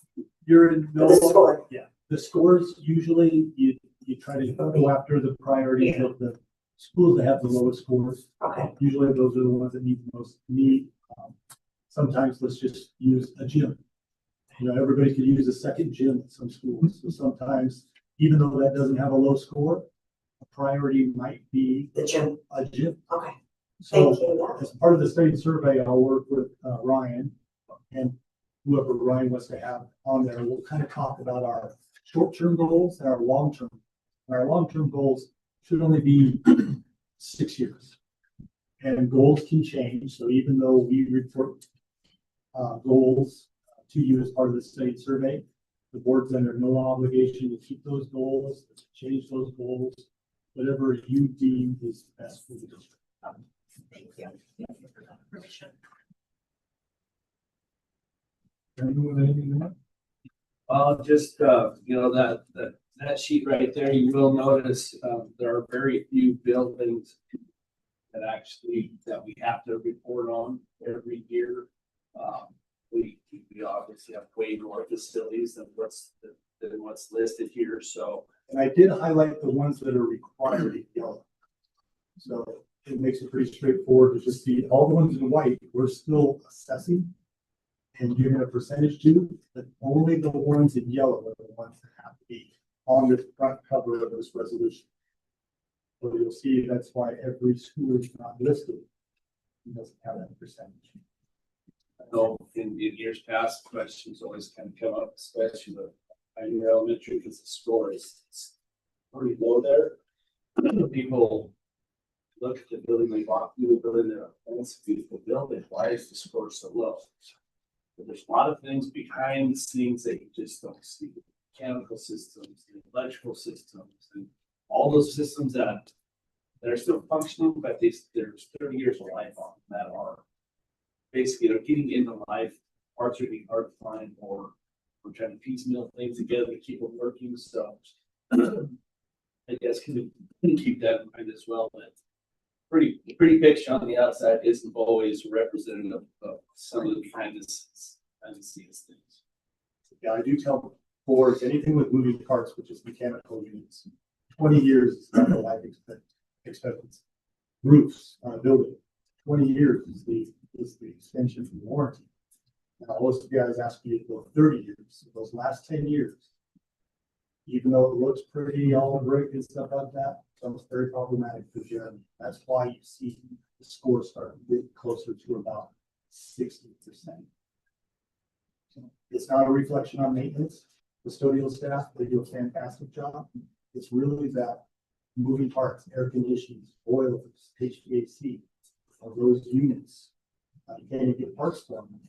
So they'll only go about 20 years, 30 years is pushing.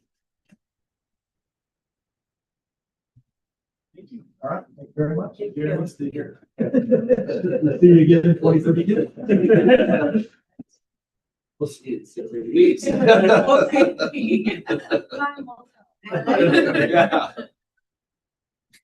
Whatever you from Jeremy, but I have to look at Pioneer Elementary.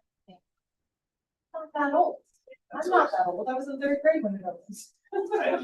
I'd only been here about a year when that was getting built.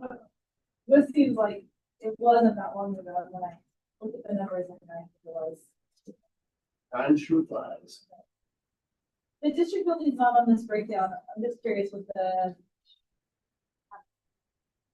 Just out of curiosity. On to the district building. Yeah, the actual. Way past. I know, I'm just kind of curious where it would be on like the whole. Those are non-recognized buildings. We still can actually evaluate them, but they're not required to be reported to the actual house. They fall under what's called non-recognized. I'm just kind of curious. Like, What grade would you give it? Not very good. Satisfactory. It doesn't need to be knocked down, though. It's a It's still score.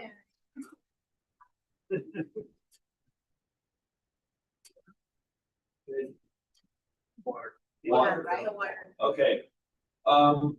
So from what I understand, everybody saw at the email, from, the organization, that maybe, I guess, bring everybody, up to speed on the nitrate levels in the water around town. Okay, that group has a well very close to Al's school, which is sure where it is. It's only like 36 feet deep. So water that they are testing for nitrates is literally surface water. It's very, very shallow. It's one of those that you're only testing the water at 36 feet deep. Outlook's original well was around 100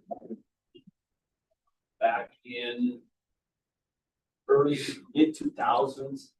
The nitrate levels did hit basically 10 parts per milliliters per. So when you hit 10, then you are required to monitor monthly and you have to have some sort of plan in place to get that wrong. The district at that point, 2008, opted to punch the well. So our new well is 242 feet. It's much, much deeper. Our nitrate levels, they kind of watch, we test once a year for nitrates. That's what's recommended from the Department of Health. And our levels have been I think they're 4.46 or 4.1 right now. What was the last one? 4.05. So once if your levels hit 5, then you have to start testing quarterly. So every 3 months, we have to do a nitrate test. But right now, where our levels are, we're just following the Department of Health recommendations. We actually have a company, Eco Water, that comes in monthly, does all the testing. The tests every month are a little bit different. Sometimes there's lead, there's copper, I don't even know all the different parts and pieces that they test, but there's different tests throughout the year that they test. We've been in compliance with everything we've been doing. I meet with meet with them several times a year without testing just to verify that everything's good. We also do we test our chlorine levels every day. Our big custodian out there, we have test strips, so chart. We test the water. We have a chlorination system, and the well kicks on, and that's the system. That's all been functioning very well. So I don't think. So a quick question. So you said that it's tested monthly. We've always been in those safe parameters, but have you noticed a trend of it going up? Well, with nitrates, we're only tested once a year. So if you, this report that kind of came out, they kind of broke it out here. So in like 08, we were 4.48, in 09, we were 1.15, 4.37, 3.1, 0.2, 0.6, 0.2, 2.1. So it's kind of fluctuating all over. It is, so in 2024, we were at 4.15, 2025, we're 4.05, so down a little bit. We haven't tested yet this year. Not exactly sure what month they test, but it's sometime in the summer. That's when we do our nitrate level testing. Do you have like a protocol in place if we do end up getting into that level and like how to notify families or what's that? So if we would say we hit a spike, it would be, I think what we did the last time is we did bottled water. So kids out there would be drinking bottled water. As far as washing your hands, things like that, would be fine to use that. But we would supply, we've had to supply drinking water for drinking purposes until we came up with a more foolproof plan. Whether that would be, drill another well or go deeper with the existing, trying to get out of it. So if this year when it gets tested and say it is a little bit higher than last year, would it be possibly, just because I'm seeing the recommendation, right? Not a recommendation, but moving forward, to test it more frequently, not just once a year? Would it be not quarterly, but maybe twice a year instead? If it's something that is going, like has gone up this year from like last year? Yeah, we can surely do that. The test, I don't believe it's overly expensive. Just isn't a requirement right now, so we're going through, but yeah, I would definitely recommend that, if our levels did start increasing, and once they get up, if they would get to 5, then by Department of Health rules, we would have to start monitoring this once a quarter, but, it would, at that point, we would probably want to be, even a little off. Just to make sure that we're staying where we need to be.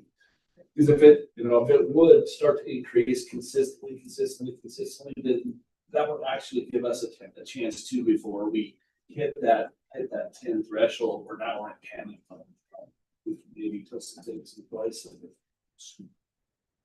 So 5 is the number we're like, try not to. 5, if you get 5, you have to test once. We're still okay.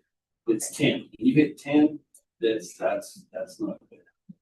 Well, it looks like historically, we've been far away from 10. Yeah, we've been fine. The last 12 years, we've been under 5. So I'm not overly concerned. I talked with people one or two about it pretty extensively. We got this email just to verify, hey, should we be testing more often? Is there a reason to? Is there anything that we should be worried about or we can do?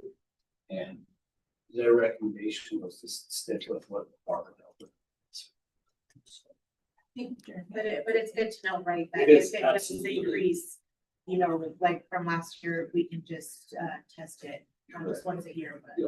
Yeah. So we can test once a month if we wanted to. It'd be lights out, I believe, once a month. So just add that to it. Say, hey, we want to test once a month, whatever that fee is. I think it's $50 or $60 a test. On top, it's not that expensive. So it's not a good place to buy. Thank you. Explain that to us. Yeah, sure. Good. Next, next is a discussion item is dual language by the applicant.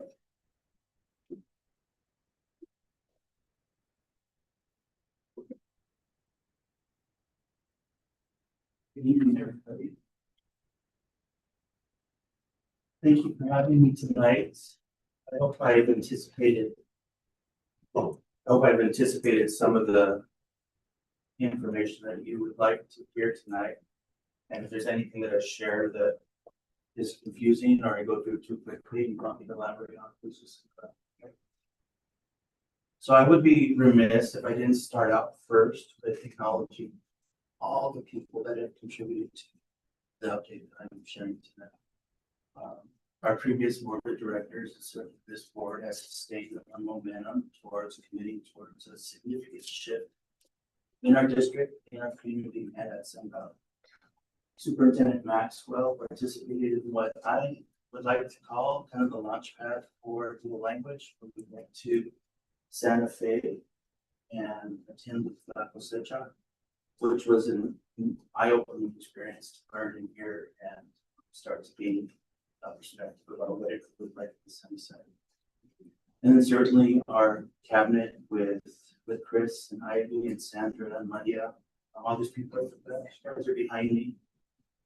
Casey Soto, our assistant principal, Gabrielle Filicetti, who's our SBA rep, and Jonathan Babcock, who's our new instructional coach. And last but not least, our teachers and our staff. There's been a lot of fingerprints in our planning and collaboration in our building. I believe that we make decisions better when we do them together, and when we get input and we make mistakes, try to fix it as quick as we can. And we've made some mistakes, we've made some adjustments, but I'm really proud of what will happen today. So our dual language design is a 50-50 model, okay, which means that half of the instructions in English and half of it's in Spanish. The model has us pairing classrooms. There's a lot of things I'm really proud about Sunvalley, but I'm especially nervous but proud, but not surprised when we needed to convert our building from 17 general ed classrooms and 4 early exit to 12 dual language classrooms and 9 general ed I was worried about whether we would have enough internal staff, because our staff is phenomenal. Whether we have enough people interested in making that shift. We were able to staff all 12 of our positions with our staff in our building. So that speaks volumes for their focus and their want to support our multi. So our 12 classrooms are separated in paired settings. And so if I am teaching and everybody still is an co-teacher, I would be doing English, he would be doing Spanish, and our kids would swap. They would move across our building in the middle of the day. There are 280 instructional minutes in the day when we take out all of the things that are non-classroom setting activities. And so our students are going to be receiving 140 minutes of English and Spanish instruction and core content. This coming Thursday, we're going to continue our work with the leadership of Angel and representatives from all of our buildings to continue to do our work on our allocation framework, which essentially is deciding what we teach, when we teach, and how we teach it. And we are not doing that alone. At Sun Valley, it's a district-wide initiative, and we have members from all 4 plus us 5 elementary schools at the teal. And it's a neat opportunity because we have OSBI too.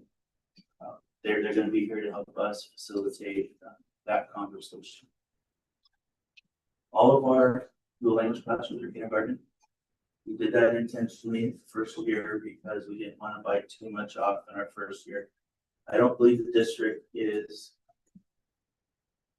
considering that as not an opportunity in the future, but right now in our first year, our inaugural year will be kindergarten. So again, like I said, it's 12 classrooms. When we take a look at our typical size in our building, that equates to 240 students. So I'll tell you a little bit about why we landed at that number. Historically at Sun Valley, we have what we call our L1 students, teaching students that enroll in our early exit program. In my 4 years at Sun Valley and my 6 years at Outlook, I've had a handful of parents opt out if their child was tested at an L1 status. That's done by our certificated teachers with utilizing pre-loss assessment. So we know typically we have anywhere from 70 to 90 students, and we know that's our priority for serving those L1s in our dual language program. And our model is best implemented when we have a third monolingual Spanish, a third bilingual, and a third monolingual English.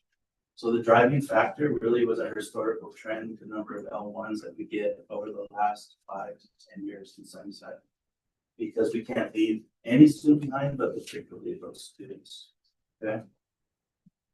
Our implementation progress, our staff has been hired. We worked on an ambitious timeline to do that before Christmas, and we've done that. It shifted and queued our planning and development of our framework in our building to start after we got back from the new year. We've had a handful of meetings alongside teachers all along the way. They've been brave and really tolerant of my want to make sure that they're involved in the plan, rather than me giving them a plan that's already been developed. It's created some anxious moments because it's been a tough process. But we come together, we develop plans that are considerate of teachers, because they're our primary stakeholder when we look at this program. Our teachers and our scholars are our number 1 priorities. Our professional development has begun, and we're actually really jumping into that in earnest now. We're providing lots of time and space for teachers. We don't really get a lot of that during the school day, and we try to stay away from weekends, and we want to stay away from summertime. And so the best way for us to do that is to give them time to work week. Our curriculum alignment is ongoing. That's been a shift for us, but I think that we are well on our way to coming up with a well thought out plan. We've done some family outreach events initially and completed some site visits in our area, but also across the state. We're going to be going to Granger again with some very specific intent now that we have our dual language teams established, to go and really take a look at some of the logistics, not so much the instructional pieces, but logistics. Because having a building with 12 dual language classrooms and 9 non-dual language classrooms is really pressing our creative planning about how do we do school equitably across our building. The scheduling has been really interesting. It's something that I've shared with the administrative team because we're first in, but next year all 4 elementaries will be doing that work. So I really feel like we have a powerful model to include teachers in that process, to take a look about what they're currently doing and figure out ways to do what we are obligated to do for all of our learners in a well thought out way. Our pacing and language allocation work is complicated. We only have 140 minutes of core instructional time twice over the day. And so we need to be really intentional about what we're teaching, who we're teaching it to, and how we're getting through the curriculum. We do not want to water down our instructional pacing. It's still very, very important that we have a rigorous schedule for our working students. Our enrollment and identification, I was walking up and I lost my place in my iPad because I don't know how much you all realize, and I did it until I got to Sun Valley. Last year, in the month of August, we registered over 35% of our student body in August. In August, it keeps me up at night.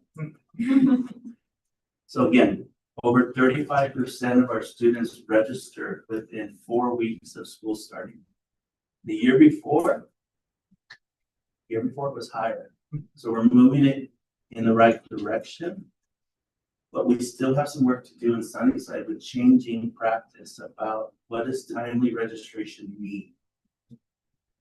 Because it's always historically been that Heidi Helmer Gomez, this is a great mentor of mine, and she'd say, they'll come, they always do. And sure enough, they show up.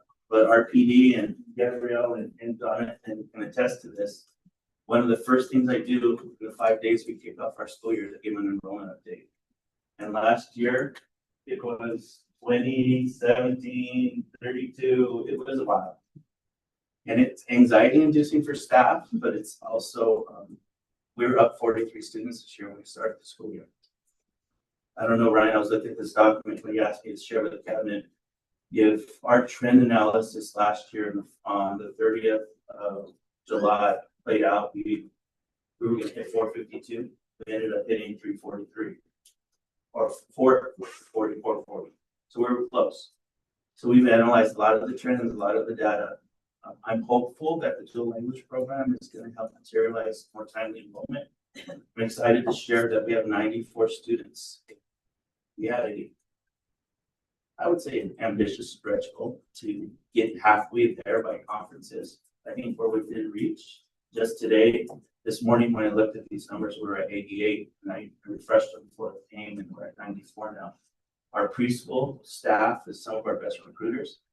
I'm a little saddened that we don't have many more of them already connected, but that gives us a capture point to get many of our preschool families engaged program. So I believe we're going to get to our 50% mark by the time we go to spring break, which is powerful. So let me talk a little bit about that. Because of the history in Sunnyside with late developing enrollment, we didn't want to say, for example, the first 94 students are in. We don't want to give seats away for families that show up in office. So we're going to use a 3-window enrollment plan where we are going to do a lottery in a third. So our first lottery will be right after spring break. Our next lottery will be right before June. And our last lottery will be in August. And that gives us a chance to capture everyone, whether they're registering early or they're registering late, because our spots are not infinite.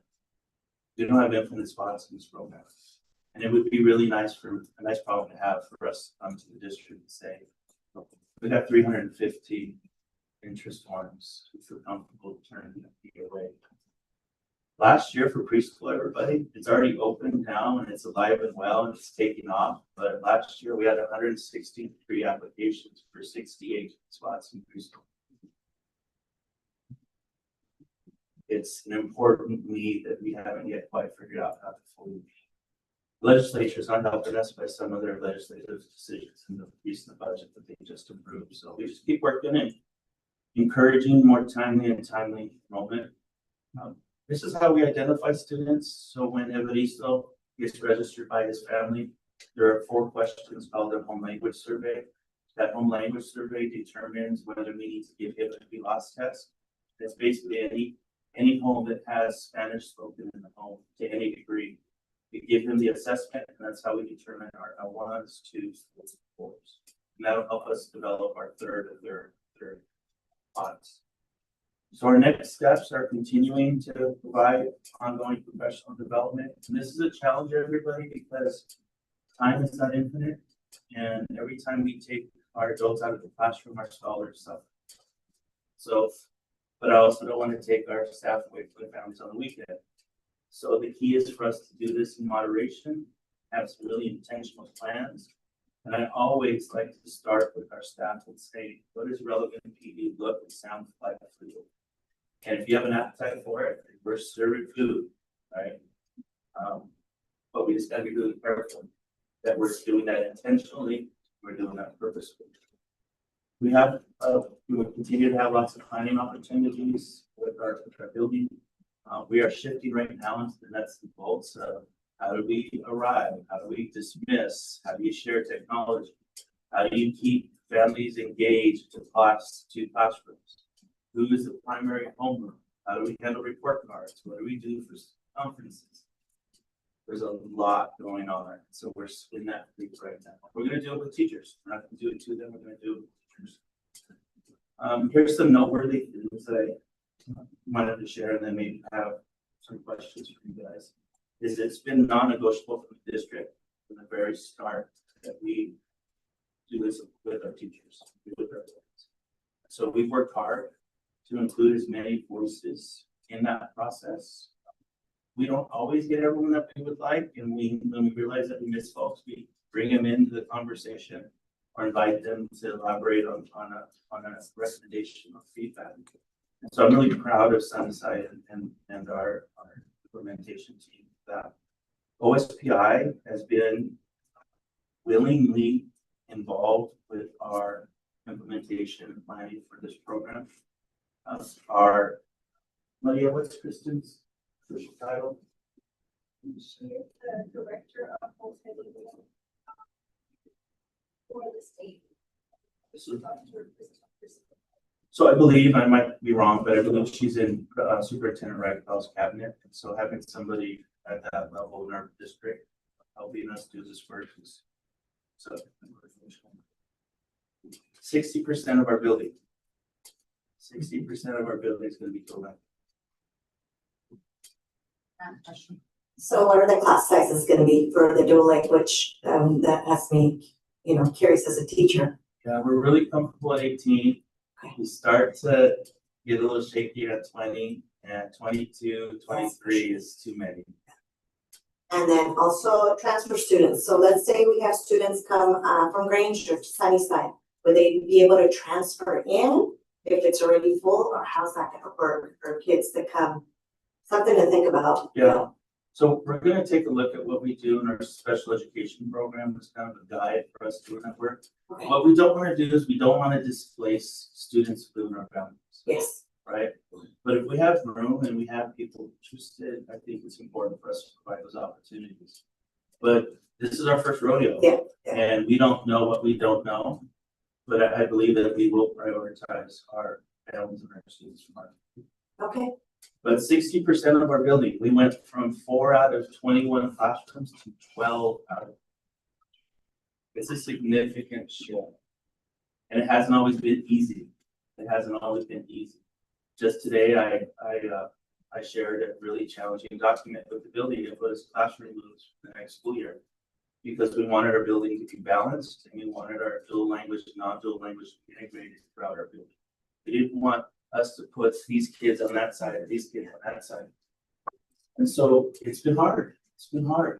Change is not easy, especially when people have been in the classroom since the building opened.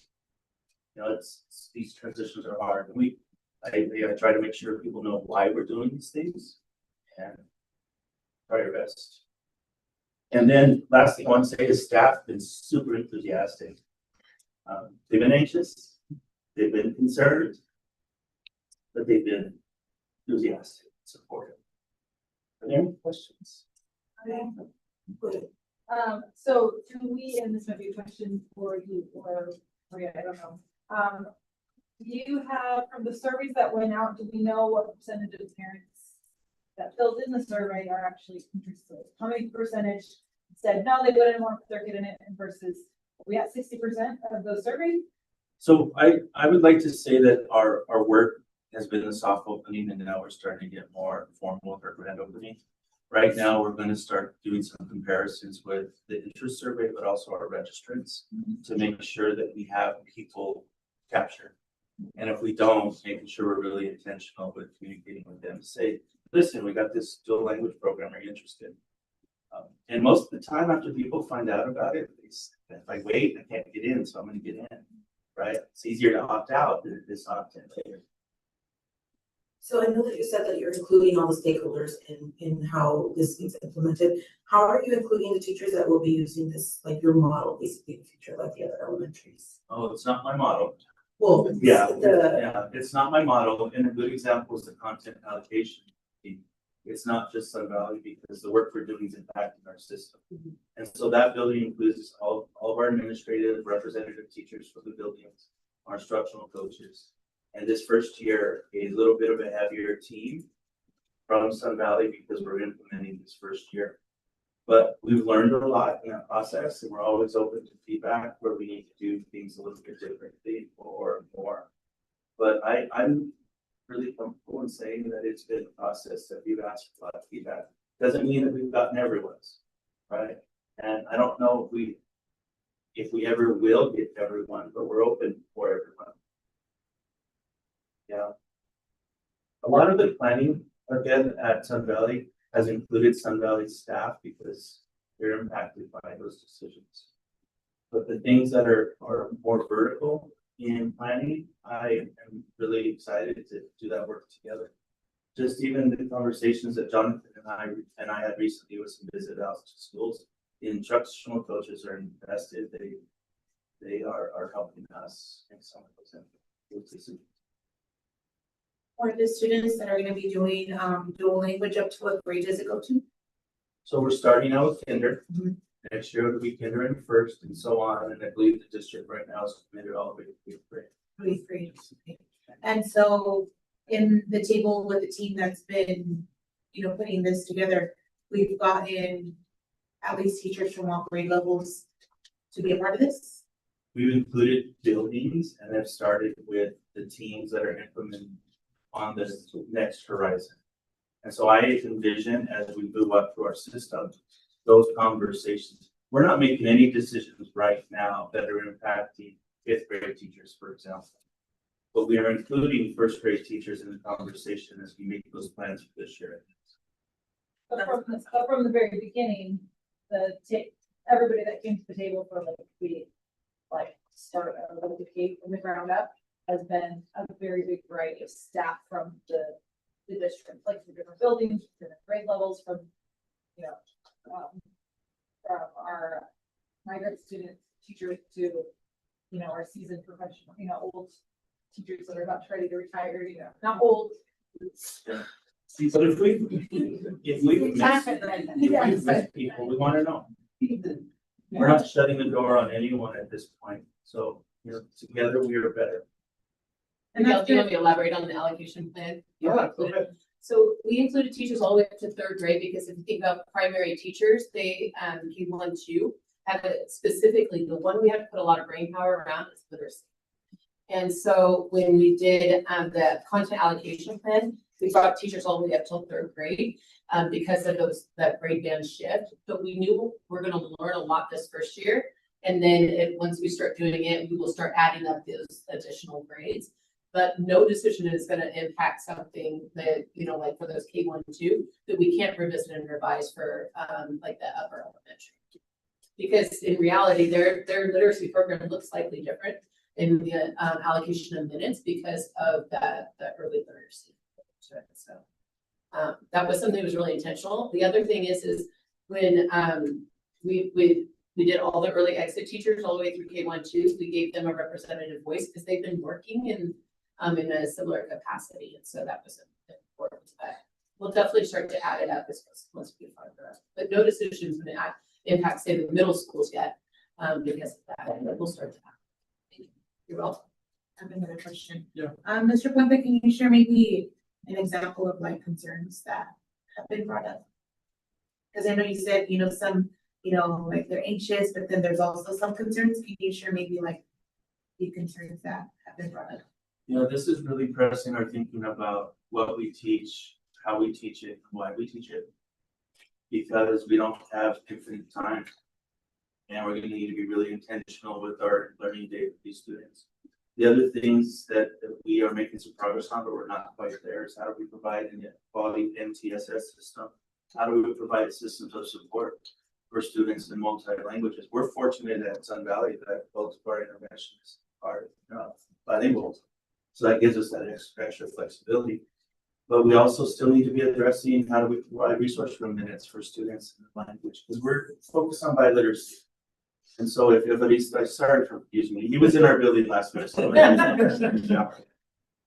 everybody's still struggling, he's a monolingual English speaker, but struggling in Spanish literacy, he needs to get support in Spanish literacy, not in English literacy, because we're trying to establish biliteracy. And so those are the types of things that are causing some challenges. I also, if I had one thing I could change about our building, is that more timely registration. And so I just keep telling people, if you know someone that's about this tall, ask them how old they are and have you registered. Yes. Yes. Yeah, registration necessary to bring conference and all that. You guys really push. Yeah. It's getting better, but it's still, if we're registering a third of our students in the month of August, it hurts our ability to do planning intentionally.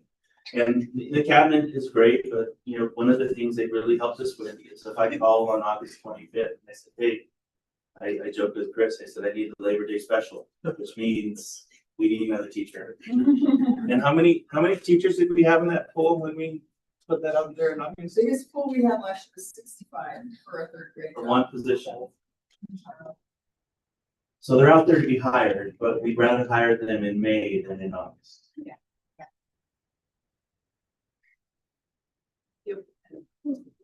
Thank you. So next is our. Next is our policy review. Kristen, you can go for first read.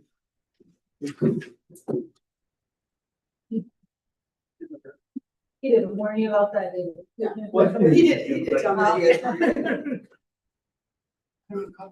Right, so in front of you, you have two new policies, one of which we've already looked at, that's 2405, that is the memorial one, so we've already talked about that one. 3425 is the brand new policy to reconstruct, and that is a critical policy, and that's on the nursing side of policy. And then we have 3 revisions based on RCW changes, 5401, 5403, and 5404. Then 3143, 3133, sorry, that's 3131, sorry, 3124, those are simply reviews. They haven't been reviewed since 2014-ish. And so they simply need your eyes for review. Okay, so that's and those are all in front of your, binder. Yeah, but they should be in order. I believe they are by order. And so, so we're gonna start at 5401, and that's why I have Chris up here, because so anytime there's new policies or policies that affect certain departments, they are filtered through those departments. The first 3 have to do with HR. So Chris's eyes were on 5401, 5403, 5404. And I'll say before she gives her opinion here, you'll notice that they've been reduced. The red of 5401 basically is an entirely new policy. The old policy was much longer, and they've pretty much eliminated the old policy to make it more streamlined to the point. And so that's why you'll see a lot of red on 5401. Chris, do you want to? So I had a few questions on this on 5401. So when I was reviewing it, on the verification part where it says they take more than 3 consecutive days of sick leave. So how does this affect employees that have, like, under their agreement, they have up to 5 days? So we go with by the 5 day, but I think that the state laws, we can put contractual language in that is more generous than. Okay, So you've seen the first line, it actually talks about that, the bargaining agreement is what drives it, so the bargaining agreement, may differ a little from this. mhm. So then this is And what, it trumps. this So our is what matter they, of course for all employees is at 5 day. okay, okay. And then another question I had while I was reviewing this, so just, I know that it was very smaller now.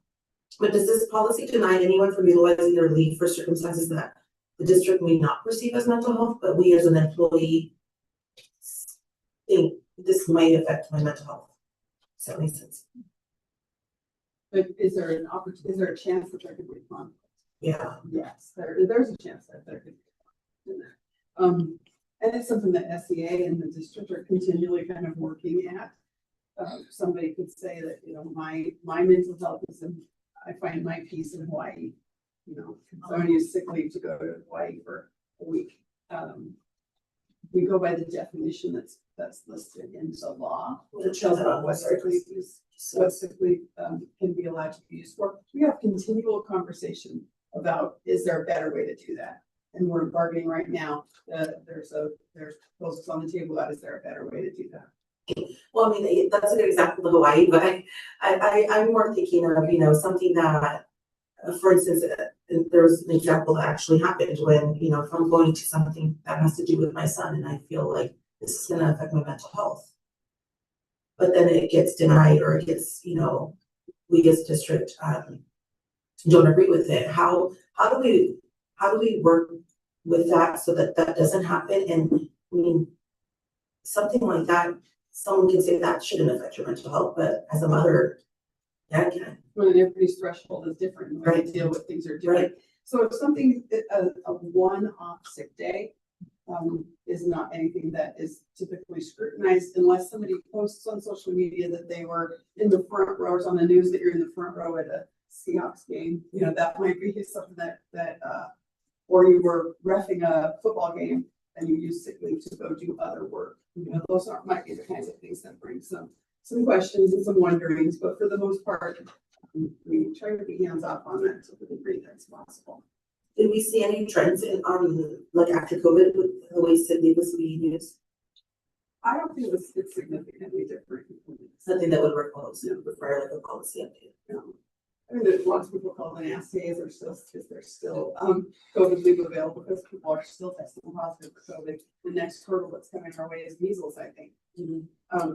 That could bring another conversation because there's significant impact on people who aren't able to verify measles and excluding them from the workforce.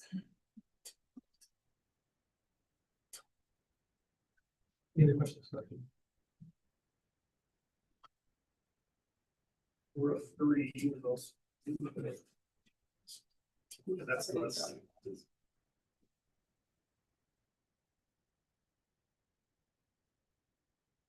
When I did mention that the first 3 too, those are critical, they're deemed critical policies by laws, which means they reflect law. We do have to adopt the policy to see where there's critical policies. So, how many emergency leave days to this? Emergency leave comes off of sick leave. Okay. It's just, it's used in a situation where typically people aren't sick. So it doesn't fall under the state listing of the things that are accepted for sick leave. Like imagine that you wake up in the morning and there's a pipe that broke in your basement and it's flooding. You're not sick, but you can't go to work and leave that flooding. Another example that some people think is funny, but it's really realistic in our area is if your cows are out. You can't go to work and leave your cows out or the fence down. So you're not sick. So it's not really, doesn't fall under the definition by law. It's what sick leave is used for, but it's completely appropriate to not go to work that day and fix the fence, get cows back in. So those are the things that fall under. And then bereavement leave is that days is that? Bereavement leave is dependent on which bargaining unit that you are in. Okay. So it's contractually agreed upon there in every bargaining unit. So each like classified, certified. All our classified groups are under PSC except for security, they're under Teamsters. Okay. So whatever we kind of bargain for one of the classified, we're gonna see it in the next bargain. Okay. So, they're all fairly similar. The teachers is different and Teamsters is different. The rest of the classified groups are very similar. Thank you.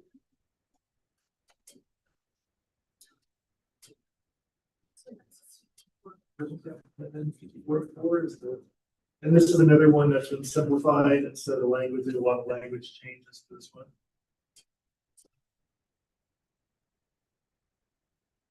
There's a lot to it, which Chris and I know really well. So are we seeing a lot of like staffing challenges related to the extended leave coverage? Yes. Significant. We have people requesting leaves at levels that we've never experienced before. And then also leaves are longer than when people just had their bank of sick leave to pull from. They might have to come back to work maybe before they were fully recovered or their recovery time was shorter. But now with PFML and eligibility to take up to 12 weeks, we are seeing most people like extend and get that, which is an advantage to people that need to fully recover. There are some, of course, there's some where they probably could have come back to work earlier. I think one of the really big advantages of PFML is for new families and that bonding time and allowing both parents to have that bonding time with kids. I think that's really important for those of us who had kids a long time ago. And we had to be back at work in 6 weeks, no matter what. This is a blessing for families and for babies.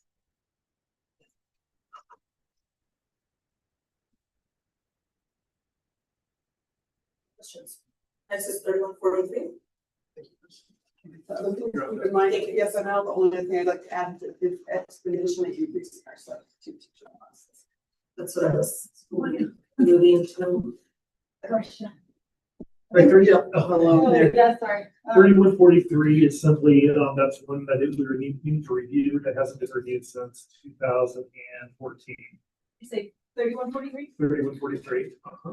So the question I have on this one, Ryan, is what systems do we have in place to ensure that info is shared quickly when it involves like a potential safety risk, not only to community, but to like the staff? Are you saying with these situations? Yeah. These situations you have to by law. So if these covered situations in here, if these occur, the law states you have X number of days to let people know. Yeah. Yeah. So it's pretty spelled out in here. And these are the law says you can, so yeah.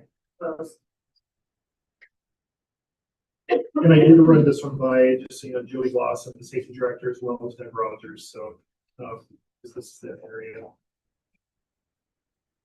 And this one we're not changing anything. No, definitely review your eyes on it.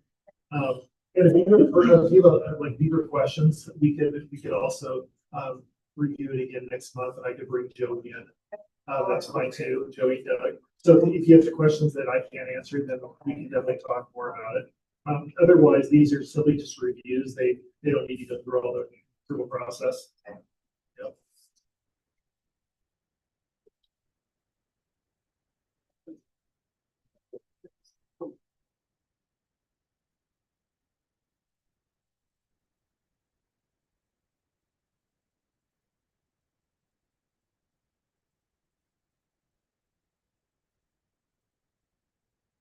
If you're comfortable with it, we can say we've reviewed it. If you want more information, that's always an option, but we do have quite a bit to review, so it's up to you.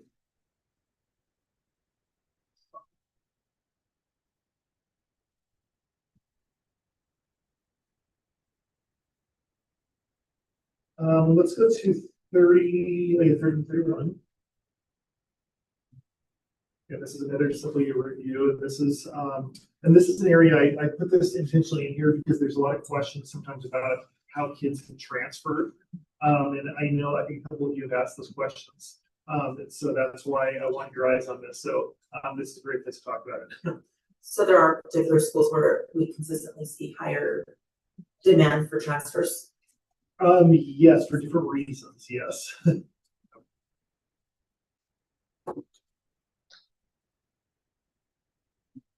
And now, as you know, as our staff is tighter and tighter because we're being very, very careful with not being overstaffed. there's less room where kids transfer in, there's less room to put kids in certain schools, so. Teacher as well. Correct. Because we do work hard to avoid overload anymore, and so we have to look at, like in third grade, the student transfers from grade to third grade. We have to look at what third grade and what school has rooms. So teachers aren't in overload.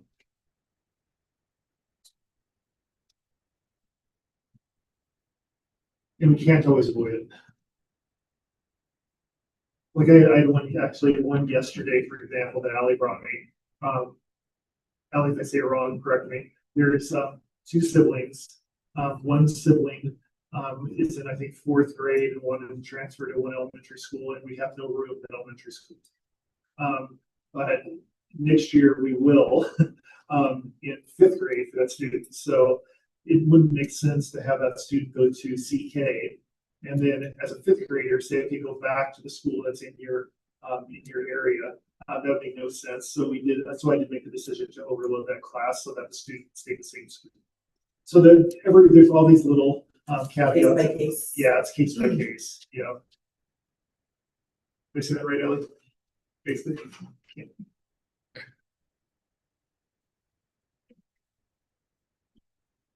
Any other questions?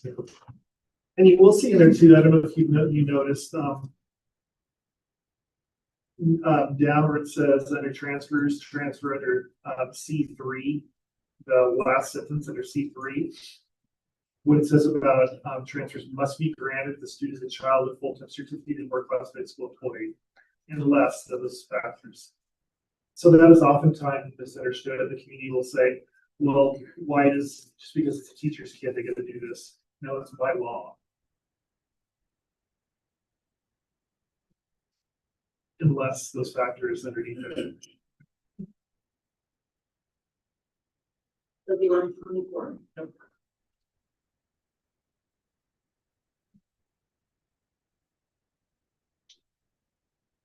That one's very straightforward. That's just removing students during the school day.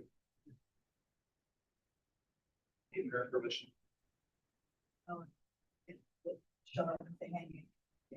Correct.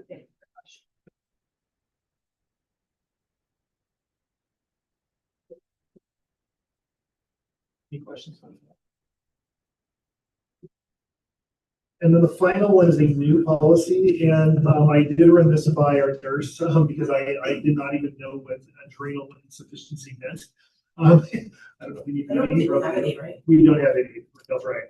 So she said we don't have any, but if we did, this would be the policy we would use. And so this is a critical policy but it doesn't. We don't have any kids that are in that. Yeah. But if we did, this is the policy we follow. So we do need to adopt a policy. So it's a new policy. What's that? Oh, it's something. And then you said you talked about. I talked to Becky. Becky reviewed it and said it's accurate.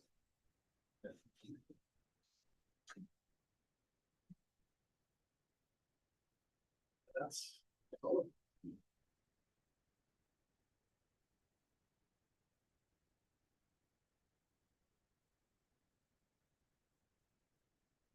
Item is the word scholarship. Discussion on word scholarship. So I did do this printout and I'll give everybody. This was a conversation just because my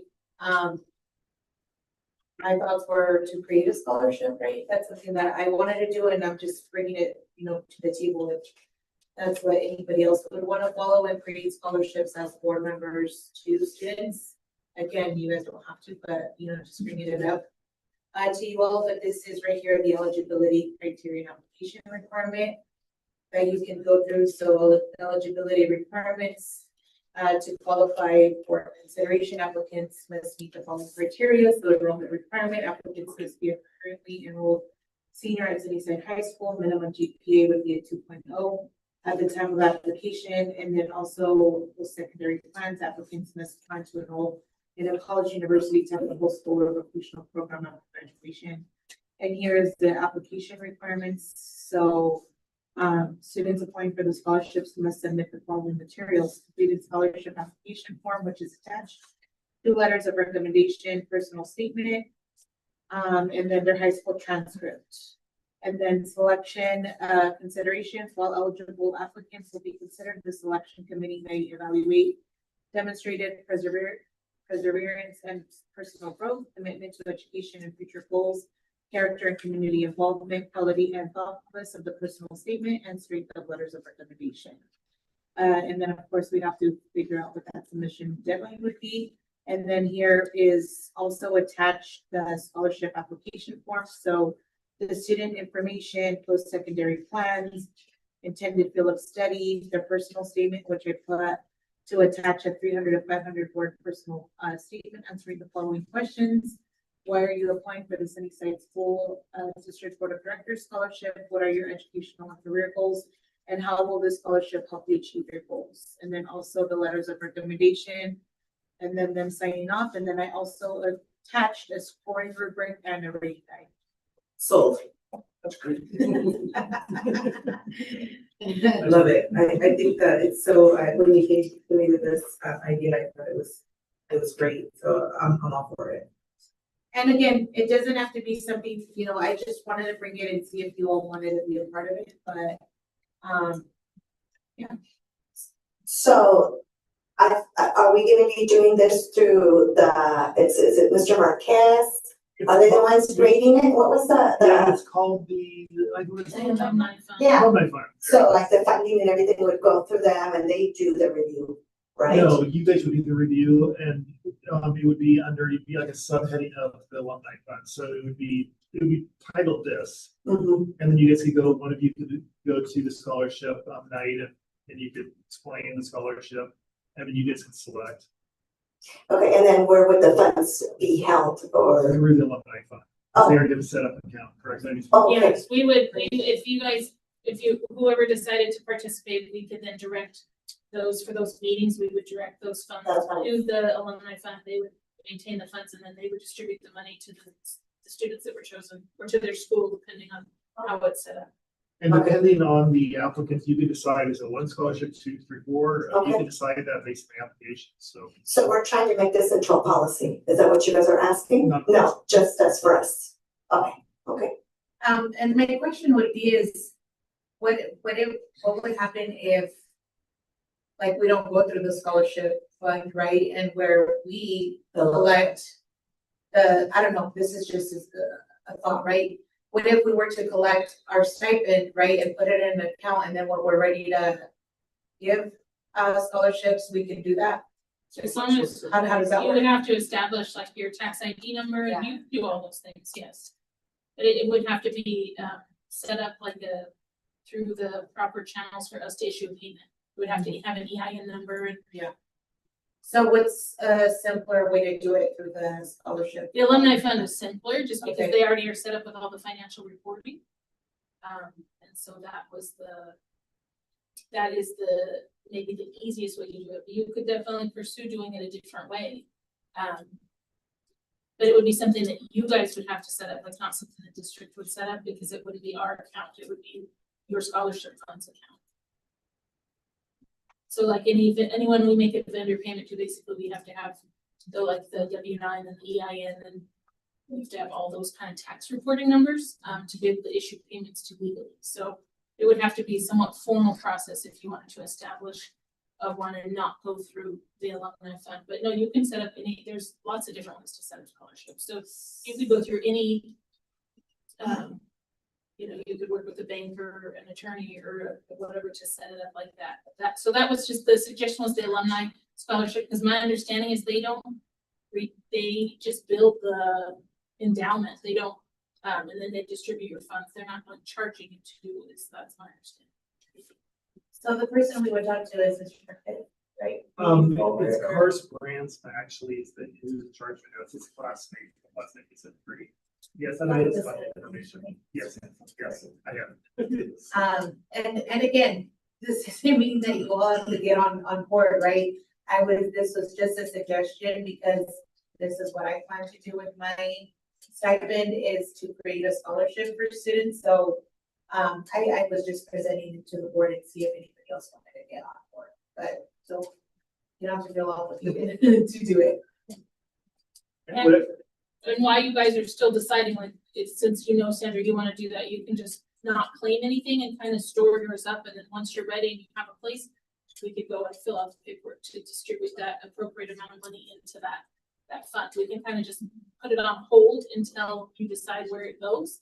But then you wouldn't lose any of that. We'd still get to go backwards and plan those meetings and then apply it towards a scholarship fund. So there is no, oh, Sandra, you're not cleaning yourself, like it's okay that we can take a whole year to not clean, right? Right. And Right. we're not We just okay. have to keep track of the meetings and we do that. So we would, and we have a record of anything that's been paid. So you could wait. And then once you get your plans together where you decide where you want to put that money or who's going to be in charge of it, then we could direct all of it directly to the scholarship fund. Thank you so much.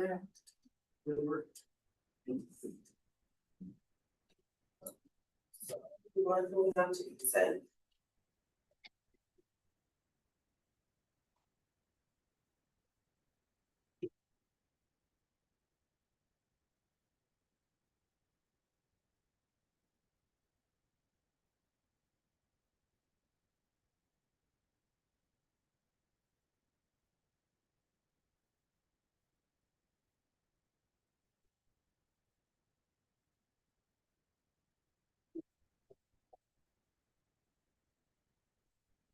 After D.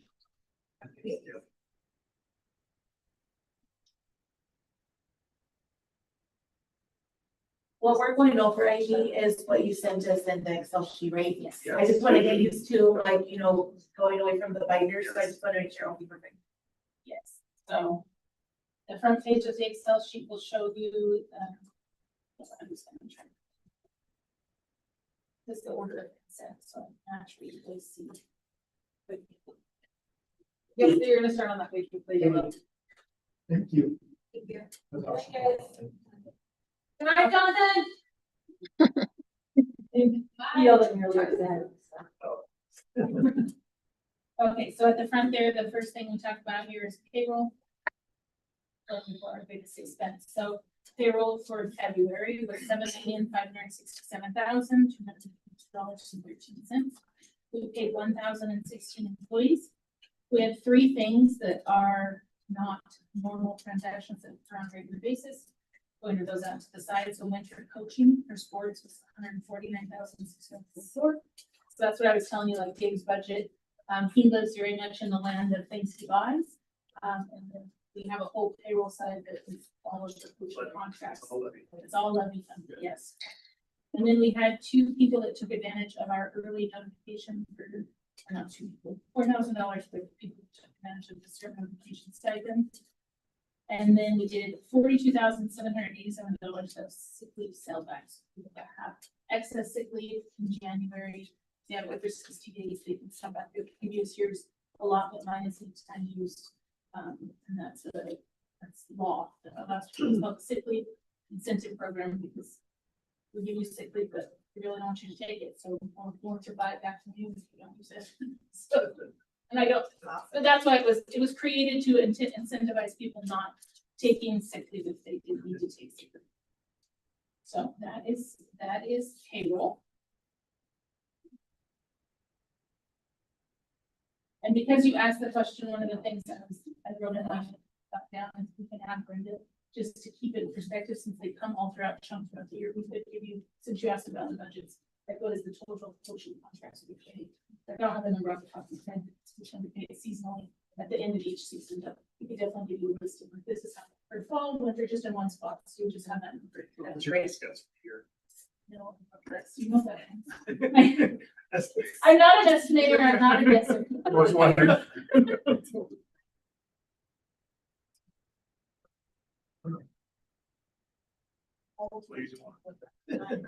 Okay, so then back to our spreadsheet across the funds. I would say for the most part, this was a pretty boring fund of accounts payable. The first run is the payroll run. That's always pretty boring because it's mainly just employee withholdings, payroll taxes, some garnishments. There's really nothing there that I feel that I need to point out. On general fund 1, didn't see anything out of the norm, but I'm guessing if you guys review this, it's all things that you're gonna start seeing that you see every month. Bud Clary to Toyota, yeah. Transportation supplies, we have the cameras, and so sometimes some of the stuff for maintenance is all done, transportation, we have to get some of the parts for it.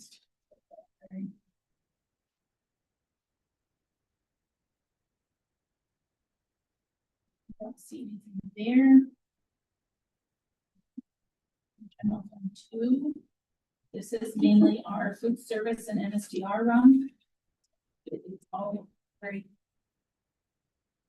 normal and recurring, and not the food produce.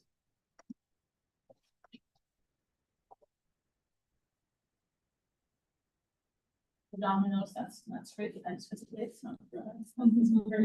Domino's Day is for Fridays, isn't it? Yeah. And then on general fund 3. Still not. And a lot of anything, there was kind of a weird one, Pacific Corp for $748 on general fund 3, that only happens every 10 years maybe. It's a fee we have to pay the railroad because some of our property crosses over some of their railroad tracks. So we have like a thing that we had to go research it before we even paid it, because none of us seen it. Which one was that? General fund 3, Pacific Corp, $748. And that happens how we talk? I think every 10 years. It's out there. Like it doesn't happen. There was nothing in current thing. We had to go out and dig in boxes to find it last time. I did have a question on, the, what we're currently on number 3. For Apple Computer, is that, technology services, is that like purchasing? That could be for a computer, it could be for cords, it could be for, Apple TVs that they use to present in the classrooms. We have basically a contract that allows us to buy from Apple. And so between Apple and CDW, that's where 95% of all of our tech supplies come from. So that one in specific. Yeah, just because they saw it, on the fund 1 and then the fund 3 for Apple. Yeah, so we might have multiple invoices, and then depending on when they come, Apple's really kind of picky. And so about their deadlines, and if we don't pay their bill fast enough, even though we tell people, hey, we're a school, we pay once a month for the most part, they'll shut our account off. And so sometimes we will squeeze them in on that earlier around like the 10th, the run we went in the beginning of the month, just to make sure our account keeps going. But that is. So what about also on the general fund 3, I did go to the bottom where it says Yakima County Auditor, and I saw the election fees. What is that when we got charged 11,000 last month? Yeah, so that is. I'm proud of it, because I wanted to be able to show you guys, because I said the same thing when I saw them. Yeah, I know, because I saw it last month and I was like, they added some more fees and sent it to us. So, right.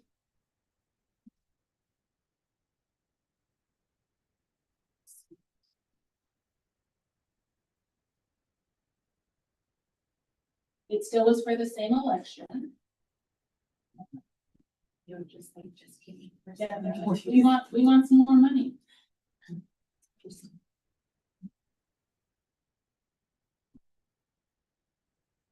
So.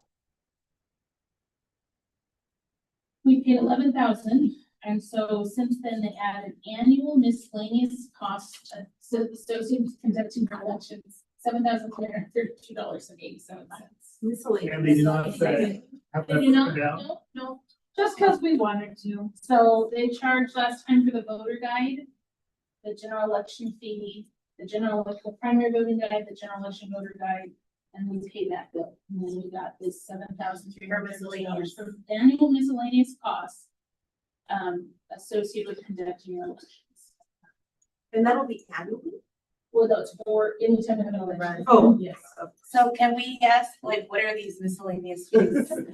I'm guessing it's probably something to do with some of their time, right? Because they charge us for printing the primary booklets. Okay, so that's a pretty direct charge.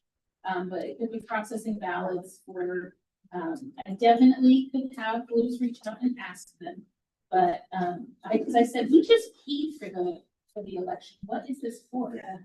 And that's what she pulled out and showed it to me. So I had a question on item 140, the varsity yearbook night housing. Is that something we pay out? We have to put like a deposit on the yearbook. So like for this school year, we have paid $7,494 in October and $9,300 in February. And it looks like we paid a payment in September that was paying off the yearbooks from the previous year. So looks like we have to pay like a deposit to start the book, and then they charge us partway through, and then they charge us at the end. Well, in our yearbook, they're really expensive. I mean, because what are the kids pay $55? I believe that they're big support. Oh, and then they still sell their ads and. And we actually went with a cheaper company about 10 years ago. So it's always, and they bill really late and confusing, and so. It's like, it looks like the 1 year we paid, they billed us late, but all at once it was like 18,000. Depends on how many we order. It's like cheaper, expensive thing. Definitely. It is get cheaper when you order. Yeah, but we don't sell more. The problem is that you'd be surprised how many kids buy yearbooks. It's not a very large number. Yeah, it's not. It's actually shocking, but for sure, like, Yeah, that's all our. Yeah, Yeah, I agree. You all year, yeah. Now kids have like pictures of those. Yeah,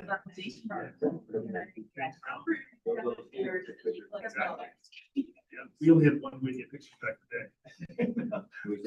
Wow. Yeah. there was a way to decrease that cost. So that really this will cost, because a lot of kids don't get it, they just can't afford it. Correct, it's very expensive, yeah, and some kids just don't care too, like, there's a lot of kids like, I don't want a yearbook. My boys did buy yearbooks. Digital yearbook, right? Yeah, I don't think that's my house.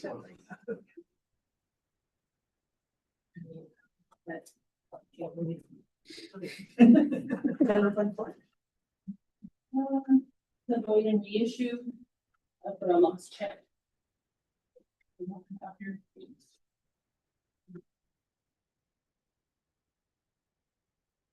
What does he do? The water doctor is just the water delivery. Oh, The drains. The break rooms.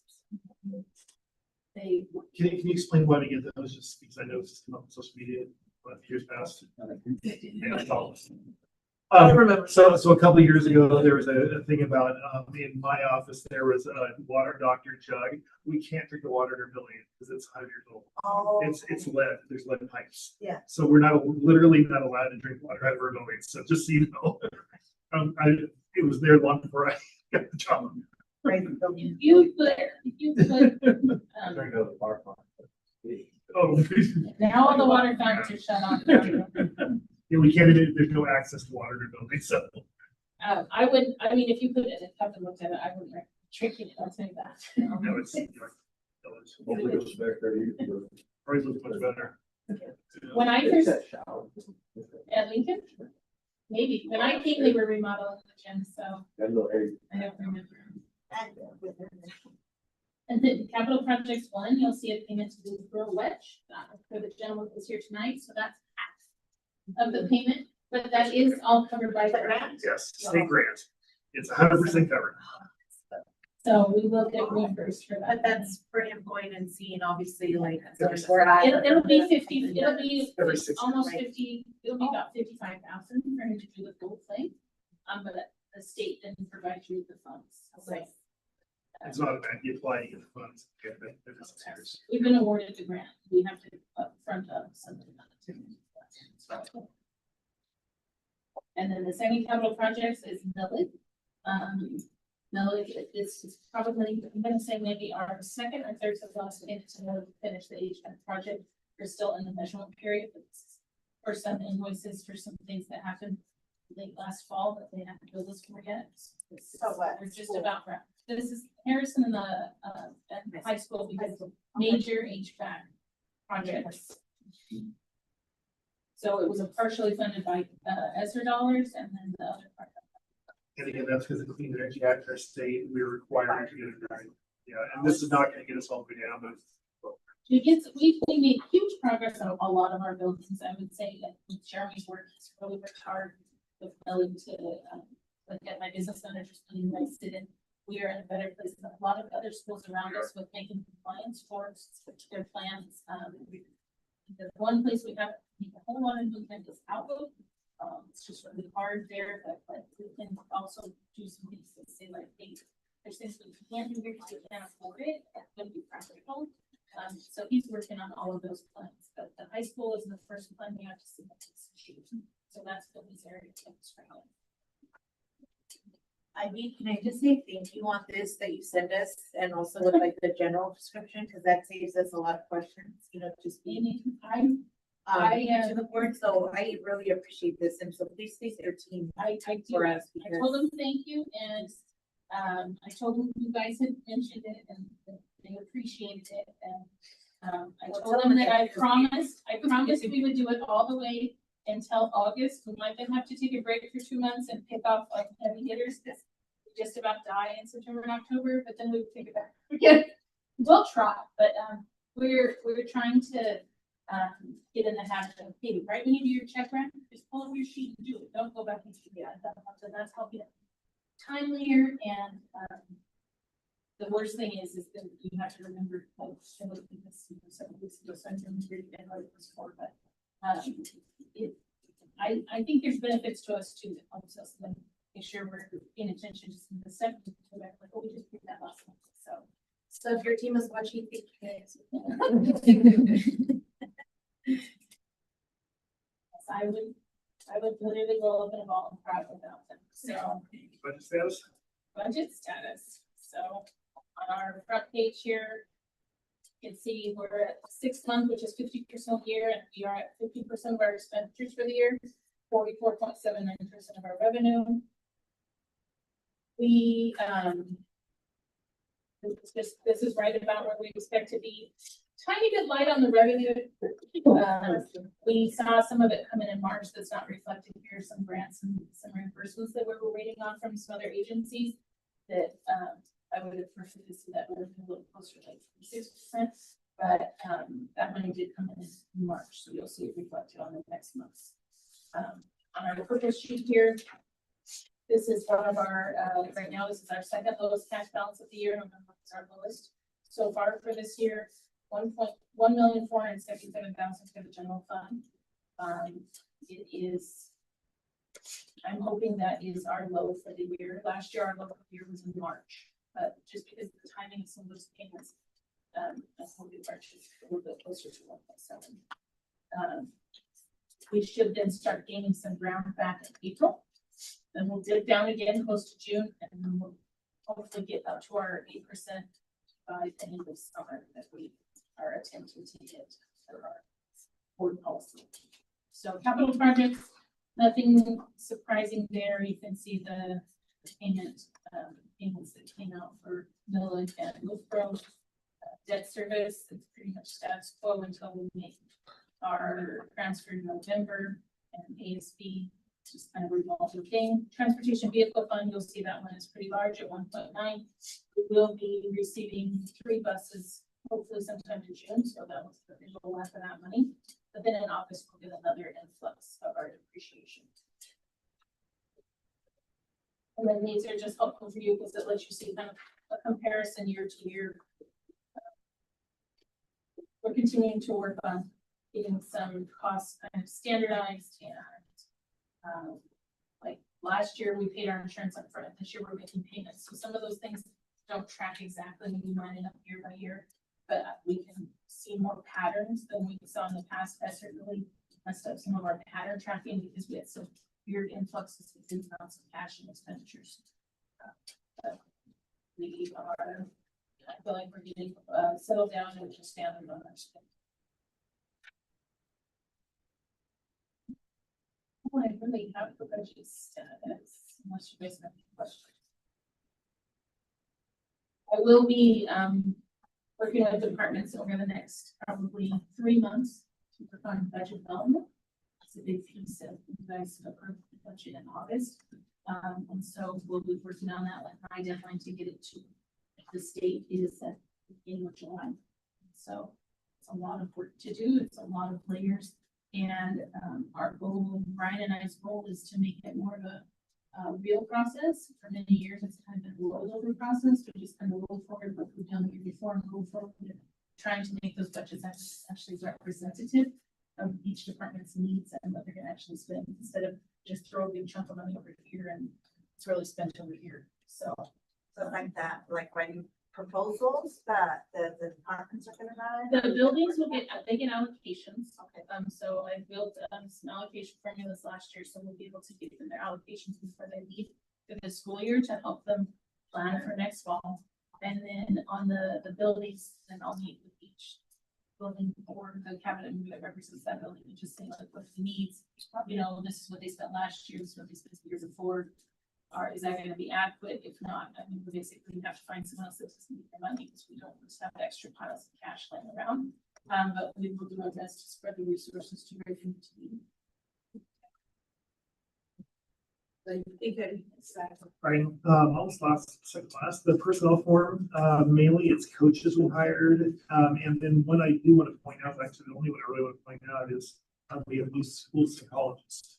And one less school site that's on TELUS site. This is the Shelby Community Active School District. So, yeah, Aaron Dunham. So that is pending board approval. He will be our new site. Okay, and then going over to the enrollment, the next page, it's the last one.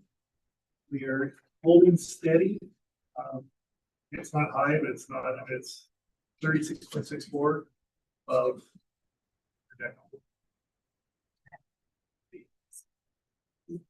and again, it's the bottom right quarter one. Yeah. That's what matters. If you want to look at the really and you can see where the drops occurred. That's all. Can I, would this be the moment where you can bring up the collaboration? Yeah. Okay. So, I wanted to propose a collaboration between the city of Sunnyside, YBC, and the school board. In the fact that students are getting ready to graduate, you know, seniors, but then also our past classes that have graduated. So what I wanted to do is collaborate with getting the Sunnyside Community Center, April 22nd from 3 to 7. And that would be our admissions team and YBC and our financial aid. And then I have 7 colleges confirmed that they would be here. So this would be kind of like seniors, their next steps. Because once you've applied and got accepted, you're still stuck somewhere in the next steps. So they're able to talk to the colleges that are there, but then also target our students that have already graduated and maybe decided to take a year off and they're like, I don't know what to do. I want to get back into school. So this is more of an event to where they're able to come in from 3 to 7 and receive any type of support, if it's financial aid, if it's admissions, your next steps. And then also YVP, which is Yakima Valley Partners of Education, we have secured funds to provide free dinner for those students or anybody that comes in that will get a ticket to, because they completed a step with a college or a university. And you know, at technical schools too, also not just, you know, and I know somebody reached out with like apprenticeships too, because you know, not everybody goes I to. have a connection for apprenticeship, going like that connection. Great. It was something Jordan can his name, but he was I his phone number. Perfect, that would be great. So, and yesterday, you know, I emailed and I know, Mr. Maxwell, he said he's been a huge help too, and I brought this to him again, you know, before bringing it to the board on how like we would be able to support. I think that with our presence there, you know, with our students and, you know, our community getting to know us. But then also, Mr. Maxwell also is providing 15 laptops for, 15 laptops where students can jump on and bring up their financial aid or do the application or whatever that may be. So And I think it's the ball excited too. I see your results. Okay, all right, So, I would love the support if you guys all show up, and can we show up together? I mean, just this, would that be considered a? Yeah, you can't just, we're not talking- yeah. together and talk, but yes, because it's an event. Right. Yeah. For April 22nd, and I know, the city of Sunnyside is still in the works of saying yes to the building, but let's just put a placeholder on the date of April 22nd from 3 to 7. And I know at the city council meeting, you were there last night, so Yeah. so they're on board too. Yeah, they're on board. It's just, passing the, like, yes, we're gonna be able to use the space, and then we had to provide documentation from YMC, so. I will be working on the flyer, and I'll put all our collaborators on the email so we can approve the flyer. But I do want to get it out ASAP, right? So that way we can start promoting it and sharing it, right? Just because I want to meet our families for that. And I know, 3 to 7? If you could make sure and share that with all two suites. Yes. Too. I will, I can attend part of it. Okay, yeah, that's great. And I know that our students receive that help in our high school, but again, targeting those that have already graduated and they're like, okay, I wanna go back to school. It's just that little push. It takes a village. Yeah, for sure. I just wanted to talk about the state advisory committee that I was, that I'm on. I did attend their meeting last Saturday. And there isn't too many updates. I just have kind of more questions about it also because I have some first time forward to it. They had PAC representatives from other schools. Do we have a PAC representative that comes to our school board sessions and then reports back? Not that I'm aware of. We know Sure. that. You want to talk to Lorenzo I don't about know it? anything Or- about it. So let's We talk do about it. have, that's my thing, right? Yeah. But I Yeah. don't think we ever have it from the school board. Oh, yeah, we do have that. Yeah, but as a parent representative to come to our meeting. Yes. We really can't say there's because we haven't before. We can. We can, we don't currently, but that doesn't mean Yeah, we can. I think it'd be good to have, just to share what's going on within their PAC. And he has a PAC leadership group, Right. that does a lot of, reaching out to parents to involve them in their PAC meetings, so there could already be somebody that would be a big fit for that. So we can talk to Lorenzo more. Okay. That'd be good for them to come, because I know, for this month, they had like, every week a certain session.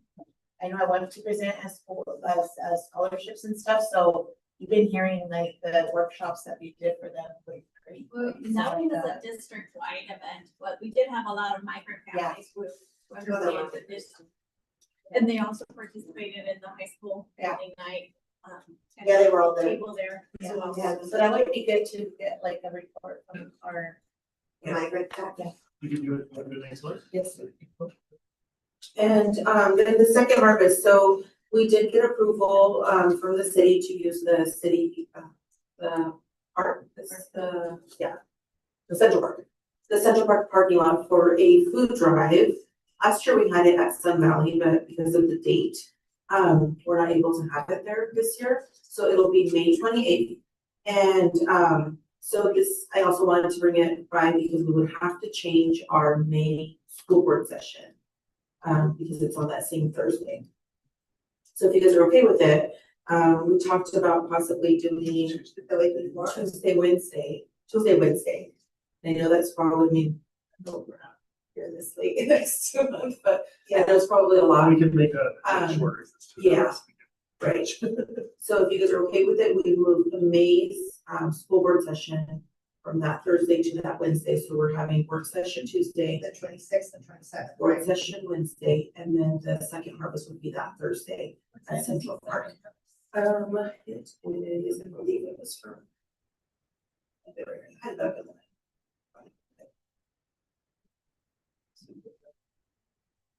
And you don't have to participate if you guys are able to participate in volunteer time.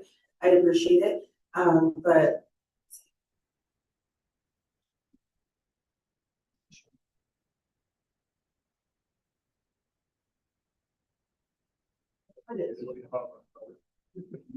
That's not as much. Yeah, same last year, what did we have it in June?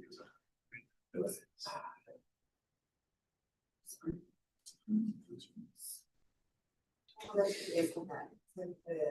The meetings. No, it's a valley last year. Oh, sorry. Yeah. It was, I think it was 100 degrees that day. 4 p.m. usually it runs till after 7. I have an appointment till 5, but I'll come by for this. Yes, whatever you guys do. So second, Marcus. Yeah. And then, the laws to classify or or laws to recommend still. I'm gonna look, I don't remember how do you remember how I got there? Yeah, I looked actually, I sent all of you a link, yes, I did. 2 days ago, I sent you a link 2 or 3 days ago, Okay, so- and they actually have virtual ones that are free Yeah. monthly, and they have topics every month. Those are really good. Yeah. And those are monthly, just you watch on Zoom from wherever you want. So any of us can join, any of Yeah, us you can all can join. do it. Yeah. There are some in person, but they're quarterly, I believe. Yeah, just look on the WASDA website, and it says, I think professional development. And those are the ones that probably that ask you if you could go Yeah. to, everybody's doing just. And if you want Give us an update. And if you come to my office, we go together if you're unsure if that should go to that. Yeah. Okay, let's go ahead. Anything else?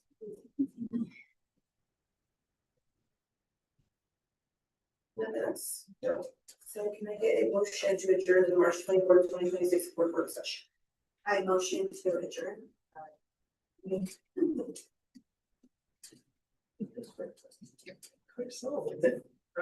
Oh, no, that's what you said, motion. Yeah.